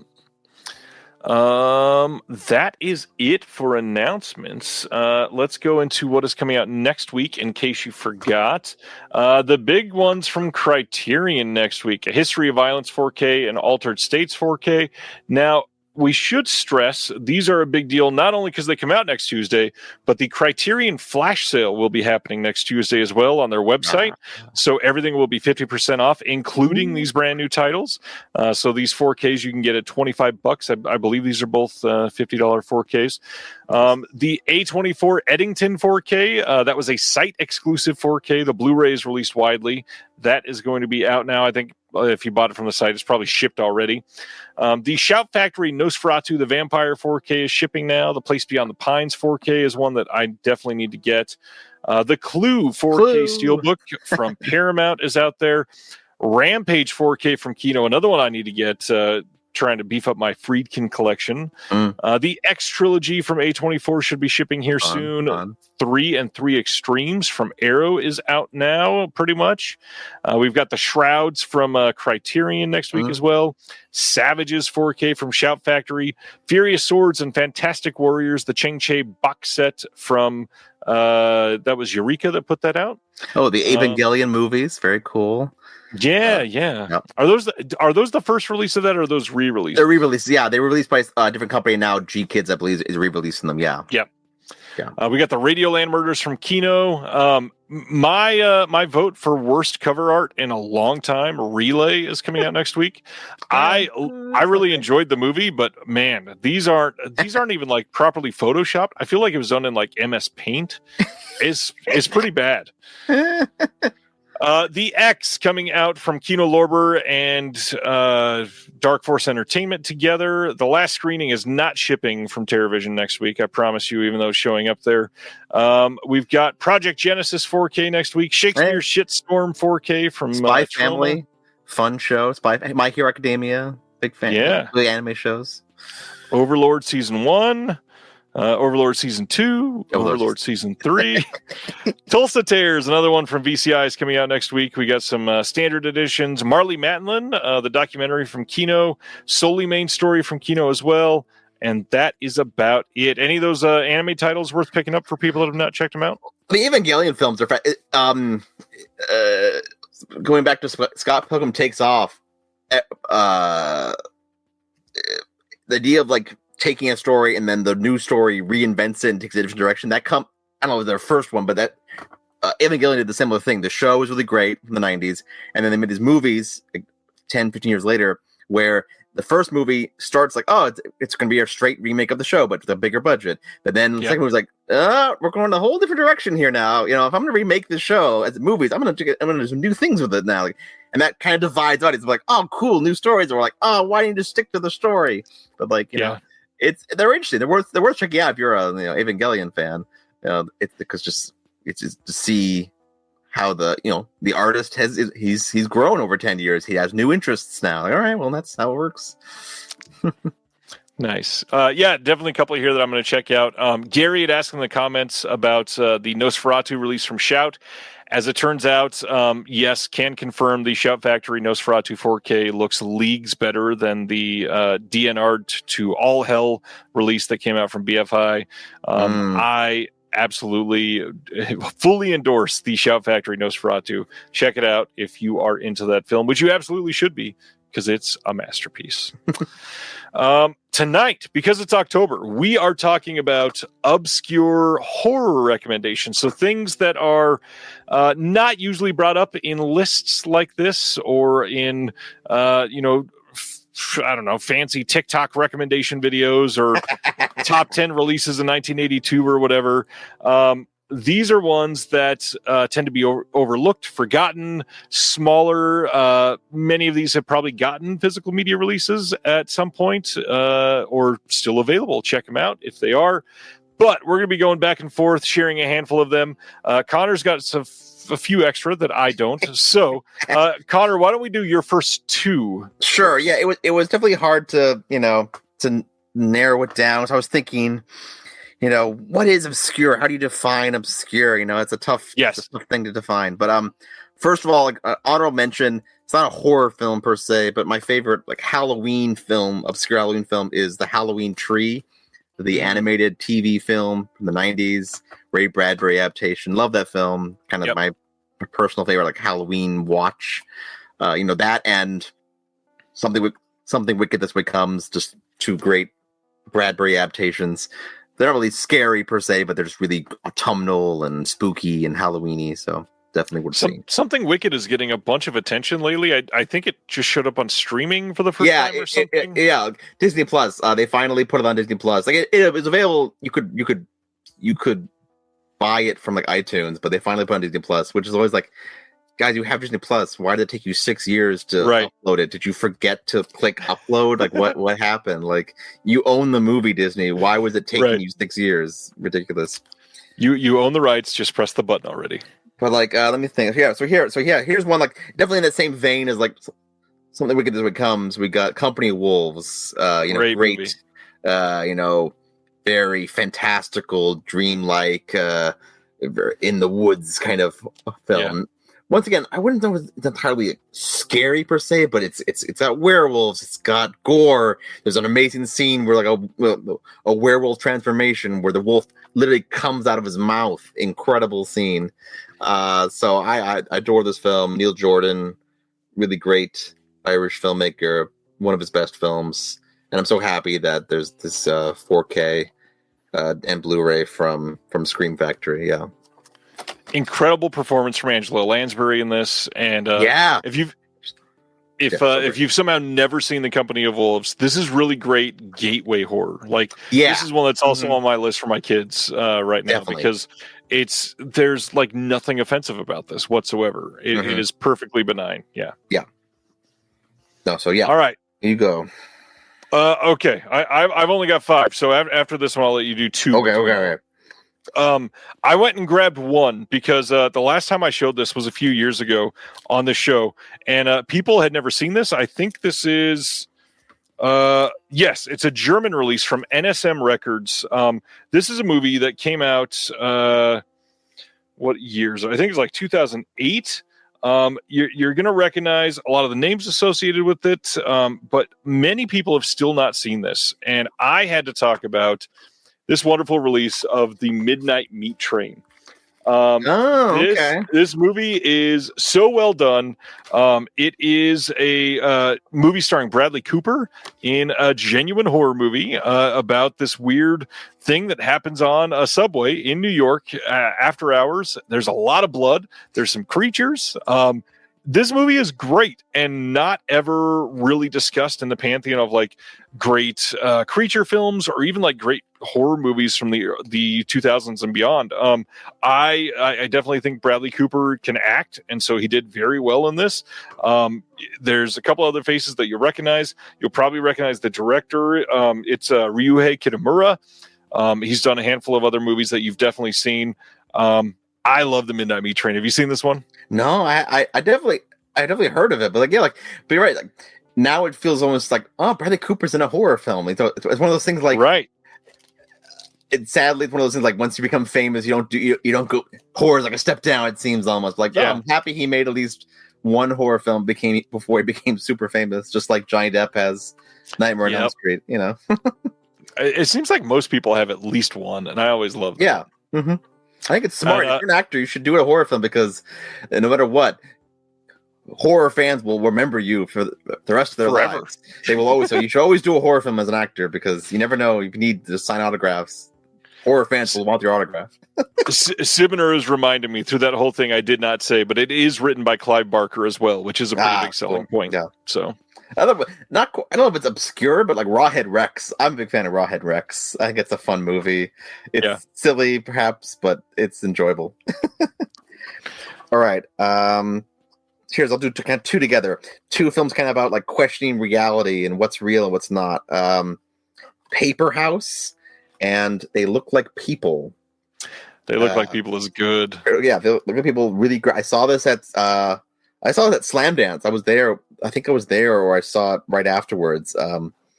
But really great film about this 2 friends, and one of them starts thinking that there's forces at work. And he's like paranoid. Is he paranoid? Is he actually depicting? He believes people are shapeshifters, and like, is he right? Is he crazy? Really kind of creepy. Very low budget. Well done indie film. Happy it's on Blu-ray now from Yellow Veil Pictures. Yeah. And then Paper House. This is the first film from the director of Candyman, Bernard Rose. Really terrific film based on, I believe it's based on a book, but about a girl who starts, she starts having dreams about what she draws. She draws a house, and then she has a dream about a house, and she dreams of the boy in the window, and then she goes back to the dream, and the boy's there, and the boy says, "We're in danger. Like, why are we in danger?" And starts turning this into this nightmare. Really phenomenal film. And I believe it's on DVD in the US, but this is the French DVD, which has like interviews and more special features. So I really think it needs a American Blu-ray release. It's really overdue because it's a phenomenal film. If you like Candyman it's not that same kind of like dream-like horror to it, but just with children. I had heard of this at some point, I think, and I totally forgot this existed. Yeah, I wanted to see this ages ago, and I don't remember this ever popping up on streaming or physical media, really like widely popular or anything. There's also the German Blu-ray. So it's out there, but I really think it's overdue. I would love to see Vinegar Syndrome or Severin. I think would do a great job with it. I imagine so. I mean, yeah, maybe. I got to admit, over the last few years, with Severin's deep dive into folk horror, especially international folk horror, I have fallen in love with folk horror time and time again. I feel like every few months I'm discovering a new favorite. And there's one that does not get a lot of attention because people don't typically go to Indian films. But I really wanted to bring up 2018's Tumbad. This movie is so underrated, so underseen. It is bloody. It is genuinely scary. It is like this creepy folk horror around a guy that's obsessed with gold. And there's a lot of like a message about exploiting the earth in this, and it's a really interesting take on folk horror, and I hope people see it. This is one I don't have a lot of faith in it getting a U.S. release. Unfortunately, especially modern Indian films, are really tough to put out because, on one hand, the distributor might make some money, but it's crazy when you compare it to the fact that if they just re-release the film themselves through like a theatrical run only in India, they'll make like 5 times the amount that they'll make compared to the physical media release in the States. And that alone is like, why do we even waste our time? We could just like do this one quick thing and make way more money. So it's rare that stuff like this is going to get a good release here. But Tumbad, it is deserving way more than a lot of films. I feel like it definitely was able to pierce through ever so slightly in the zeitgeist, and those that have seen it really love it. It is a truly wonderfully made movie. No, definitely. That's very cool. Yeah. Speaking of like folk horror, there's a great film I love called November from 2017. It's this black and white Estonian film. It's about sort of set, in the past. It's in the woods, like a village during the plague, and it's about this the kind of the supernatural, how in how they all get involved in supernatural. Like you can sell your soul to the devil at the crossroads, and there are like these magical creatures called krots, which are basically like human souls infused with like mechanical objects to like do your chores for you. And there's like a girl turns into a wolf. It's always great fantastical things involved, and it's beautifully shot, black and white. Really wonderful film. It's from Oscilloscope, so you can get it on Blu-ray. But I really wish that me, honestly, I think it should be a Criterion Collection. I think it's a phenomenal movie. And really, if you love like Company of Wolves, like if you like, fantastical fairy tale horror film, really worth checking out. And I've not seen this one either. I've been meaning to. Really great. And then I don't know, is Allison's Birthday, is that folk horror? I don't know if it's folk. I don't know. It's in the Severin folk. Is it? That's where I heard about it. Sorry, I did hear about it. Yeah, it's in the Severin. That one really. I just watched that for the first time earlier this year. That's really terrific. Small Australian horror film about a girl and her mysterious grandparents who are raising her. For what purpose have they looking after her, and why do they really want to celebrate her birthday? And the boyfriend who starts wondering, I think your family's dangerous. You shouldn't trust them. Yeah. Really good horror film. Really creepy. Great, incredible ending. What an ending. I really enjoyed that. Yeah. It is. November's in the Severin folk horror box too. Oh, great. I think Eureka released it as well in the UK. Excellent. Yeah, terrific. That's good to hear because but yeah, folk horror. You're right. But you're right. Folk horror. Yeah, definitely. You're right. It's folk horror because like the whole like we reveal like there's like the pagan ancestry to the film. Yeah, so that's cool. I like that a lot. My next one is one that I swear I hear nobody talking about anymore, but I feel like a lot of people, if they see it, would feel like this immense nostalgia for like early 2000s horror comedy in a way. So picture this: Texas Chainsaw Massacre plus Jeepers Creepers without a pedophile director plus Duel. It's good. And you get 2003's Monster Man. This is about two individuals driving this giant ass truck. It is funny. It is creepy. It is well made. It is kind of like similar to Tucker and Dale versus Evil in a few ways, because there's like some we actually have no idea what's going on aspects to the film.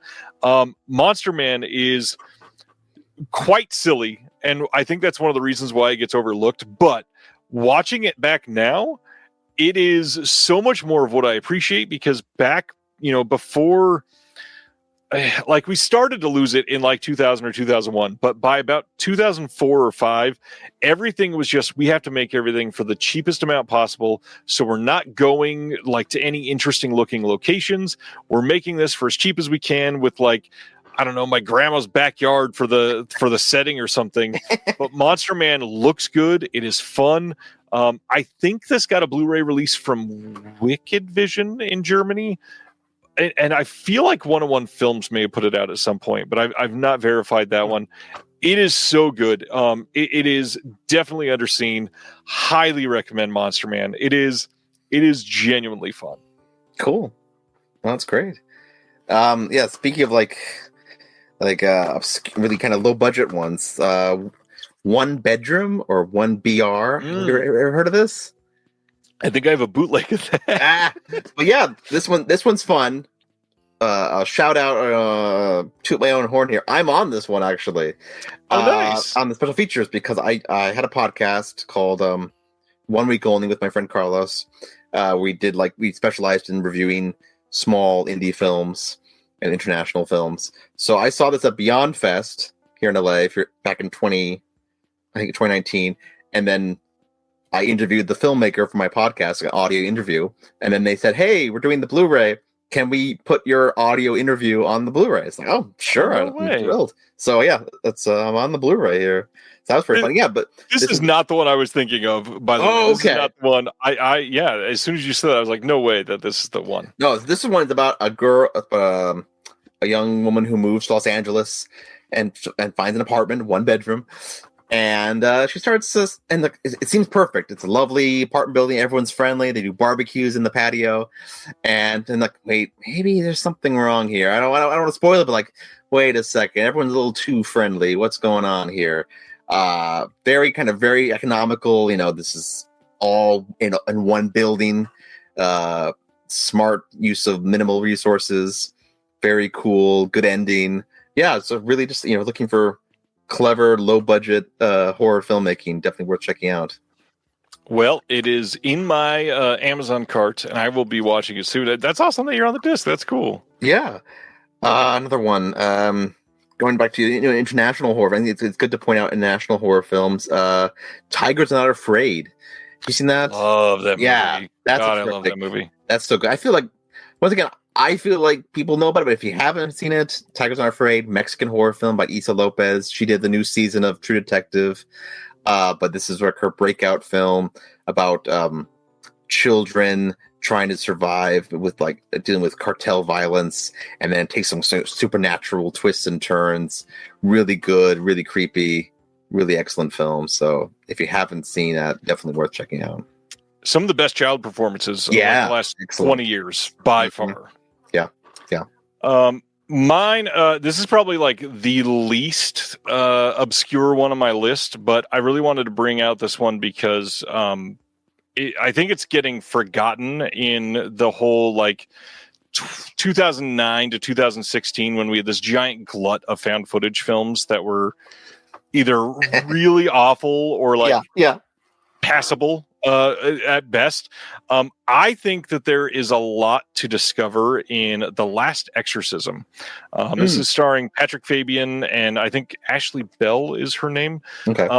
this movie is about Patrick Fabian thinking that he is like essentially living a lie. He's going out performing exorcisms and knows that it's fake, and he's faking it for those that he is doing it for, and he is going out to do his last one, and somebody's documenting it, and of course, because it's his last one, it ends up being very real. The acting in this is stupendous. Ashley Bell is like contorting her body in ways that are far beyond the limits of what humans should be able to. I will say this movie has a really awful last like 47 seconds, but just as long as you forget that, the rest of the movie is really great. 47 seconds. Okay. It's true. But it's a pretty good story. I really like the skepticism nature of it. And the found footage actually really works for this. I think it's important to tell this because it's essentially a mockumentary that goes wrong, and that lends itself in a smart way to the medium and really has the found footage kind of breathe new life into the idea. Though I think found footage, you're right. It's kind of overdone, but it can be really effective. I honestly think two of my favorite movies that scare me the most, honestly, are Blair Witch Project and the first Paranormal Activity. Those ones do terrify me because they really, because they do convince you it's real. They convince you this feels legitimate. This feels like it could have been someone making this, and that's always a hard thing. Like if you're scared, why are you still filming? But like those films make it work. Oh, they right. I'm so caught up, I don't mind. But yeah, because like I think about this with horror films. Like I love the fantastical horror. I don't know. They don't scare me in the sense that like I'm looking around the corner, but like they scare me because I love all of the horror and the effects. But then there are films like, like what's it called? Fall from a few years ago. Oh, the one about surprised me. It's like good. That's terrifying because that's like legitimate. Like you could fall off a tower and die. Like, is that not scary to you? Like, yeah, that's scary in a very realistic sense. There's no goblins, no monsters. It's just falling to your death. That's terrifying. And some vultures. Yeah. So like, horror, it can be what is it scary because it actually makes you think, oh no, that can happen to me, or is it scary because like, what if vampires did exist? That would be scary. And then like here, like two horror films that are kind of almost like, well, one's like comedy and one's kind of more just like kind of fun schlocky horror film, but they're both video stores. Like you mentioned earlier, Video Store Day is this Saturday across the country. So if you got a video store, guys, go check them out. Support your local video stores. So here's two video store horror films. We got Video Violence 1 and 2. Hell yeah. And then we've got Beyond the Gates. It's very small. Beyond the Gates is good. Yeah. All right. So Video Violence, to me, it's kind of iconic. It should be talked about more, but it's a iconic shot on video horror film. One of the best. Two of them, yeah. Probably one of the best. Gary Cohen and some actor friends. They made these like tiny low budget films back in the 80s. But it's about it's a great story. Like, I have a video store. Cool. It's set in a video store. So it's about a couple who own a video store, and someone returns an unmarked movie, and the movie is like of a tape of someone being murdered, and who in the town did it? Who turned this tape in? And it's super low budget, shot on video, but it's got a great, can-do spirit to it. It's got some fun commentary on 80s, horror fandom. And the whole idea was like he had parents who come in like, does the film have any violence in it? I want for my kids, but no violence. Oh no, well yeah, is there any sex in the movie? I can't have any sex. Well yeah, there's no sex in the movie, but it's got tons of violence. Oh, violence is fine as long as there's no sex in the movie. It's okay. Like it's so messed up. Your morality is so weird. So you want to make the film pointing that out. And then number two, Violence 2 is so much fun. Like it's also like goes even further into like a found footage movie almost. It's like a really good, terrific. I'm happy it's available now from TerraVision. And then Beyond the Gates, two brothers inherit their family's video store and find out that their dad's soul might be trapped in a evil VCR board game. Really fun, just kind of low budget, but does what it can. And Barbara Crampton as the evil host of the board game. She's fun. And I love it because it was shot at this video store called Eddie Brandt's Saturday Matinee here in Los Angeles that sadly closed during the pandemic. So for me, it's like, oh, look, I can relive that video store now through the movie. I can walk the shelves again, and I can still smell it. It was a great, dusty, old video store with lots of VHS tapes. So I'm glad it was preserved on film in some way.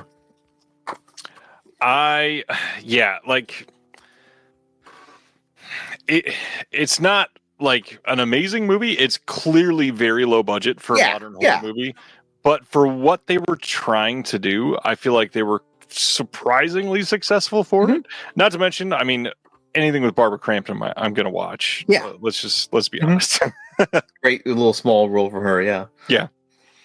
All right. My last one that I wrote down is by far the funniest one on my list. I really love this one. With some weird like nostalgia glasses on it now, which is hilarious because it's not old. This is from like 2019 or 2020, I think. This is a movie that I went and got foot surgery, and I was laid up for a week and in just a rotten mood, and put this movie on, and it changed the tone of my entire week. And that is the movie Benny Loves You. This is a splatter horror comedy, essentially like Child's Play done to the extreme, in a way that is a doll coming to life. And I will pan the camera ever so slightly. This red creature at the top here is actually Benny. I could probably pull it down. He's hanging out under Animal. He's always watching over the show. He is hilarious. He's got like a bunch of little catchphrases. I think the movie is completely underseen. It's got a Blu-ray release from Dread Pictures. They're the same ones that put out the original Terrifier at first. And it is just hilarious, way bloodier than you're ready for like something that sounds childish. Just massive amounts of like limbs and blood flying against windows. It is so over the top and ridiculous. It's a blast, super fun. It'll make you happy. Check it out. It's great. That's fun. Oh, it's cool. It reminds me there's a great more films. It's a fun horror comedy called Hey, Stop Stabbing Me, which is it's from the writers. Yeah. You seen that? Oh, I love that. Yeah. The writers of Sonic the Hedgehog movies and Violent Night, with one of their early films they made and wrote and directed about a guy who moves in with a serial killer. It's such a funny, silly movie. I love it. Yeah. Good stuff. All right, to wrap it up. All right, kind of just wrap it up. Other kind of things, horror documentaries. I think that's interesting idea. I think it's not a lot of them, but like in some ways, true crime is horror in some ways. So, The Nightmare from Rodney Asher, the director of Room 237. But this is a documentary about sleep paralysis and how people see like sleep paralysis demons in their sleep. And it's about interviewing people and then kind of trying to film their nightmares and recreate them in real life. Very creepy. I hosted a screening of this because it turned 10 years old here in LA at the Be Kind video. We had Rodney there for a Q&A. It was fun to talk to him. Very creepy film. And there's a film called The Blackouts Experiment. The Blackout Experiments. It's a documentary about people who really love being scared. So there's a company you can sign up for where like you waive all rights to your safety, and they will literally kidnap you and take you to a haunted house in the middle of nowhere. And I would never do this, but there's people who want this. Right. Like you can tell them I'm scared of snakes, and they'll purposely make it all about snakes just to make it as scary as possible. Why would you want this? But it's a fascinating documentary. And so that's a scary documentary. I think it's an interesting little, you could say it's a subculture. It is. And then finally, animation. I love animation. So there's a film called Wicked City. It's by, what's his name? His name is Yoshiaki Kawajiri. He's the director of Ninja Scroll. And he also did a film, Vampire Hunter D Bloodlust, which is also really great. But Wicked City is one of his first films. I think it's his first film. It's a film about there's the human world and the demon world, and it's about two cops from both sides, a human cop and a female demon, who has team up to save both their worlds from like being destroyed by darkness. And it's got lots of great gnarly monsters and body horror.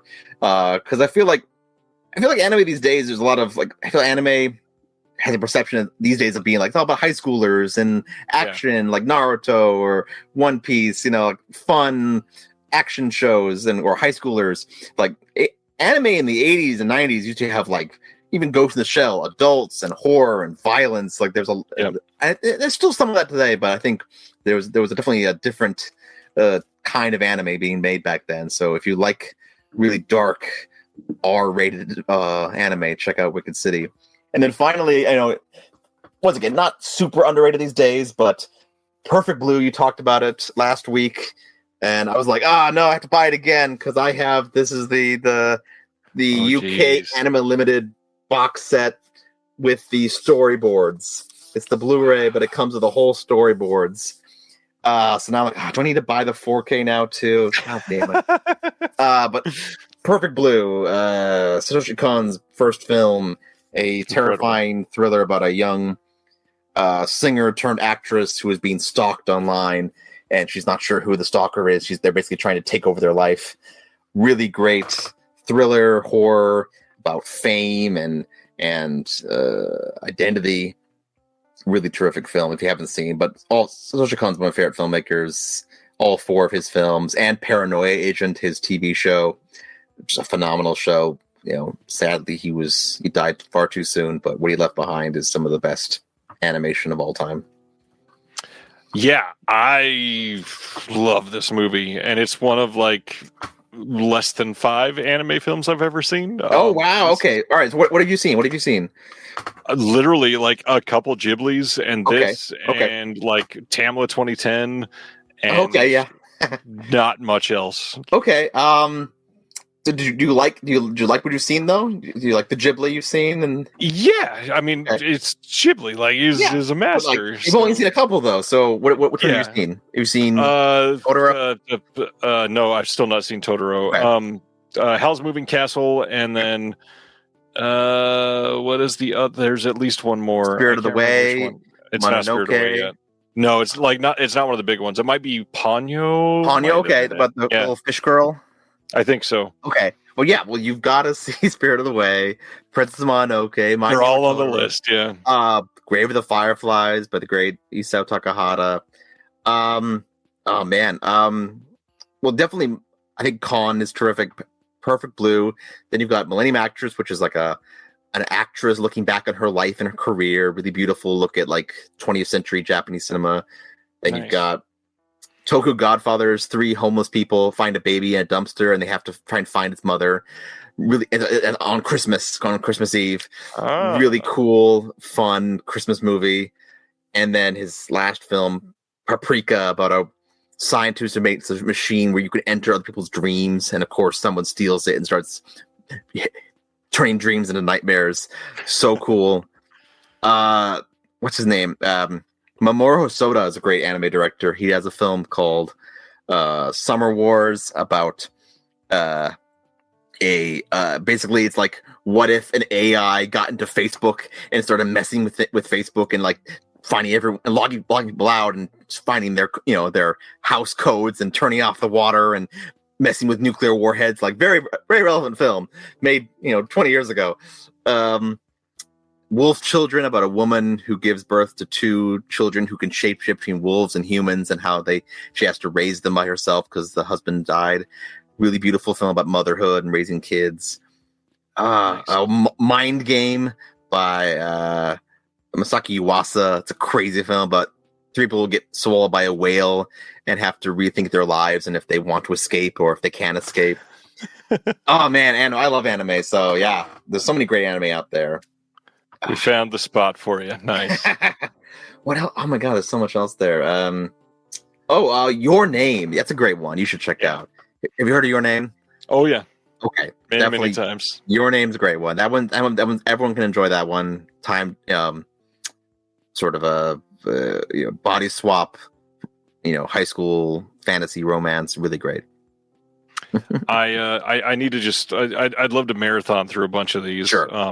But the big thing is now, instead of me getting withheld from, I want to be able to share them all with the kids. I mean, Oh, sure. being able to be raised on Ghibli, yeah. Yeah, but Totoro, Ponyo, Kiki. Yeah. I think I didn't really grow up with Ghibli myself, actually. Like, I grew up with Disney films and Pixar films. I didn't discover Ghibli until maybe high school, actually. So I came in late. Yeah. I wish I had grown up with Ghibli more, because now it's my favorite films, my favorite filmmakers. But I think those are some of the best things you could ever show to a kid. Excellent. This has been a fun topic. I think the obscure things brings out so many different sides, because it's easy to talk about which Halloween is the greatest, but to find stuff that is buried below the surface is not something we always go to. And many of these, like Monster Man, I haven't even thought about Monster Man in ages, and that movie is so fun. Yeah. No, I think and I think that's why a lot of times when I'm looking for movies to watch, I'm looking for those like obscure cult films. I want to find a movie that show me a movie that has devout fan base, and I want to join that fan base. Hopefully, I love the movie too, and I can be part of that fan base, because I keep meaning to watch the Halloween sequels. I love Halloween, but I've only seen Halloween 1 and Halloween 3. I've never watched it. I've always heard they're mixture, they're good, they're bad, whatever. All right, well, fine. I don't need to see those by now. I'm going to check out some obscure stuff. I'm going to find those hidden gems. That excites me more usually. So I think looking for I just watched Kenny and Company recently, which is not really a scary film, but it's a film about two teenage Halloween boys. Related. Yeah, it's about set in October, and they go trick or treating at Halloween, and about friendship and growing up, and it's a fun little movie. Where's our Blu-ray people? Come on! I know I had to watch it on YouTube because on a VHS rip, because I'm hopefully one day that gets an actual proper release. So yeah. Good movie. On that note, and speaking of exciting things, what are you doing for Video Store Day? Anywhere that you got plans for? Oh, well, if anyone's here in LA, I'll be at Vidiot's. Vidiot's is doing they've got a whole bunch they're doing a sale of got a whole bunch of VHS and Blu-rays they have for sale in their lobby, and then they're going to show 3 Video Store movies. They're going to show The Watermelon Woman, which is a phenomenal, great film about queer Black filmmakers, and also set mostly in a video store. Then we've got Ghost World. Love that film. And it has a great scene where they go to a chain video store and complain about there's nothing to watch. And then they're going to show Scream, which of course has what's his name, Jamie Kennedy working in a video store and yelling at the customers for not knowing things. So good, 3 good choices for video store movies, because obviously, have you seen Video Heaven, the documentary? I have not finished it yet. I was given a screener. I saw half of it, and then my screener expired. Oh no! So I need to be able to see it. But speaking of that too, I should say, and I don't even think I've said this to you yet. You're the one that got me hooked on the movie I Love Movies. Hey! I saw you talk about it and immediately went, I need to check this out. And I watched it and got enamored with it. That movie is first off, so Canadian. I love it. But so freaking wholesome and relatable in the most autistic ways. I love that movie so much. Everybody needs to watch I Love Movies. Oh, I love it. Yeah. Just a great story about this, and definitely an extremely relatable story about being an awkward teenager and finding solace in movies. Yeah. And also but some very heartfelt moments about friendship and friendship breaking up, and what are you going to do after high school? It's a really well thought out, really well written movie, great performances. Yeah, I'm just a huge fan of that film. I'm happy it's it's out there, you can get it. It's on DVD, it's on streaming, but I wish people would check it out, because it's just a wonderful film. It's worth it. But since Connor's here, I will happily stress, please go check out Video Store Day this weekend. Wherever you are, there's probably somewhere within, I don't know. It might be a long drive. We'll say 90 minutes for some people, probably. Check out anywhere. I mean, if you're near Atlanta, go to Videodrome. Yep. If you're near Seattle, go to Scarecrow. Yep. If you are near any of the Vinegar Syndrome archive stores, go visit one of those. There's Beyond Video in Baltimore. New York has Film Noir Cinema Video, and also the Alamo Draft House. Locations around this country have video stores in their lobbies usually. There's a bunch in LA. There's in Santa Fe, New Mexico. There's a video store, the Video Library. There's some. There are a bunch. Oh, and We Love Video down in Austin, Texas. Yep. There are video stores out in there. St. Louis, Static Tape Video in Muskegon, Michigan. There you go. Yeah, there are places everywhere. There's Viper Video in Tampa. Yeah. All kinds of places. Mm-hmm. So they're out there, yeah, and they need your support. They do, especially now more than ever. And that's the hard thing is I know it's easy to say go support, but even literally just to go browse or tell people about it is the kind of thing that keeps these places open. Yeah. 2025 is not easy to survive in for many in the world. Yep. It's not just you that's struggling. We're all hurting right now. So you don't even need to pay anything, but if you can and you want something, sure, pick it up. But just keep in mind, it's like the library. Literally going and renting books will get them funding because they'll see that it's being used. So if you're going in there, give them your patronage, bring a friend, tell people about it, and celebrate Video Store Day. Mm-hmm. All right. On that note, Connor, this has been fun. Thanks for coming on here. Thank you so much for having me, man. This is awesome. You got a hell of a week. We got a VHS announcement to cover. We got Criterion. You did real well this week, so thank you. I got lucky. I got real lucky. Well, again, check out all of the. I hate to say it like this, but like almost every issue of the Physical Media Advocate has something from Connor. There's even been 2 or 3 times we printed 2 different things. I know in one issue. Yeah, the next issue we got a Cinecon piece coming up. It's going to be a great time. Connor, thanks for all your contributions. You're amazing. Thanks so much. Yeah, and follow me guys on Instagram. I'm at VHS Spectacular.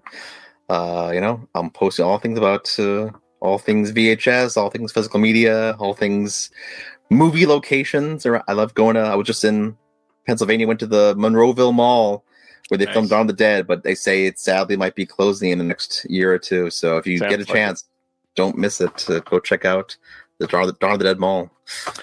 Yep, all of Connor's links in the description below, including the Medium blog, so you can follow everything.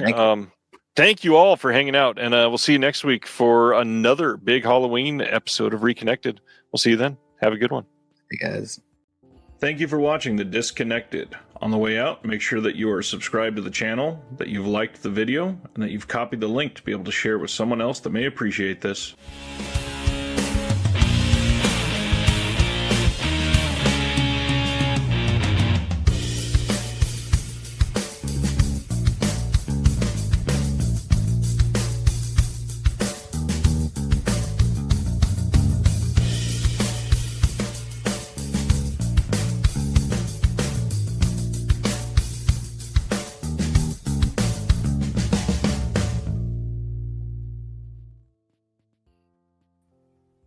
Hello, my name is Kevin Tudor, and I'm one of the 3 hosts of Almost Major, a film podcast dissecting many major indie studios and the films they release. Every week, myself, Charlie Nash, and Bryden Doyle discuss overlooked, forgotten, or bona fide classic indie films via studio-specific miniseries. We've previously covered numerous films from Artisan Entertainment, Lionsgate Films, and New Line Cinema. Titles including The Blair Witch Project, American Psycho, Dogville, But I'm a Cheerleader, Saw, Requiem for a Dream, and Ringmaster, the Jerry Springer film.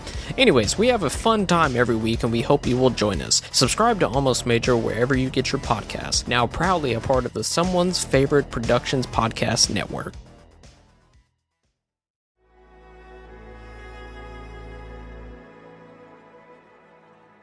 Thank you for listening. To hear more shows from the Someone's Favorite Productions podcast network, please select the link in the description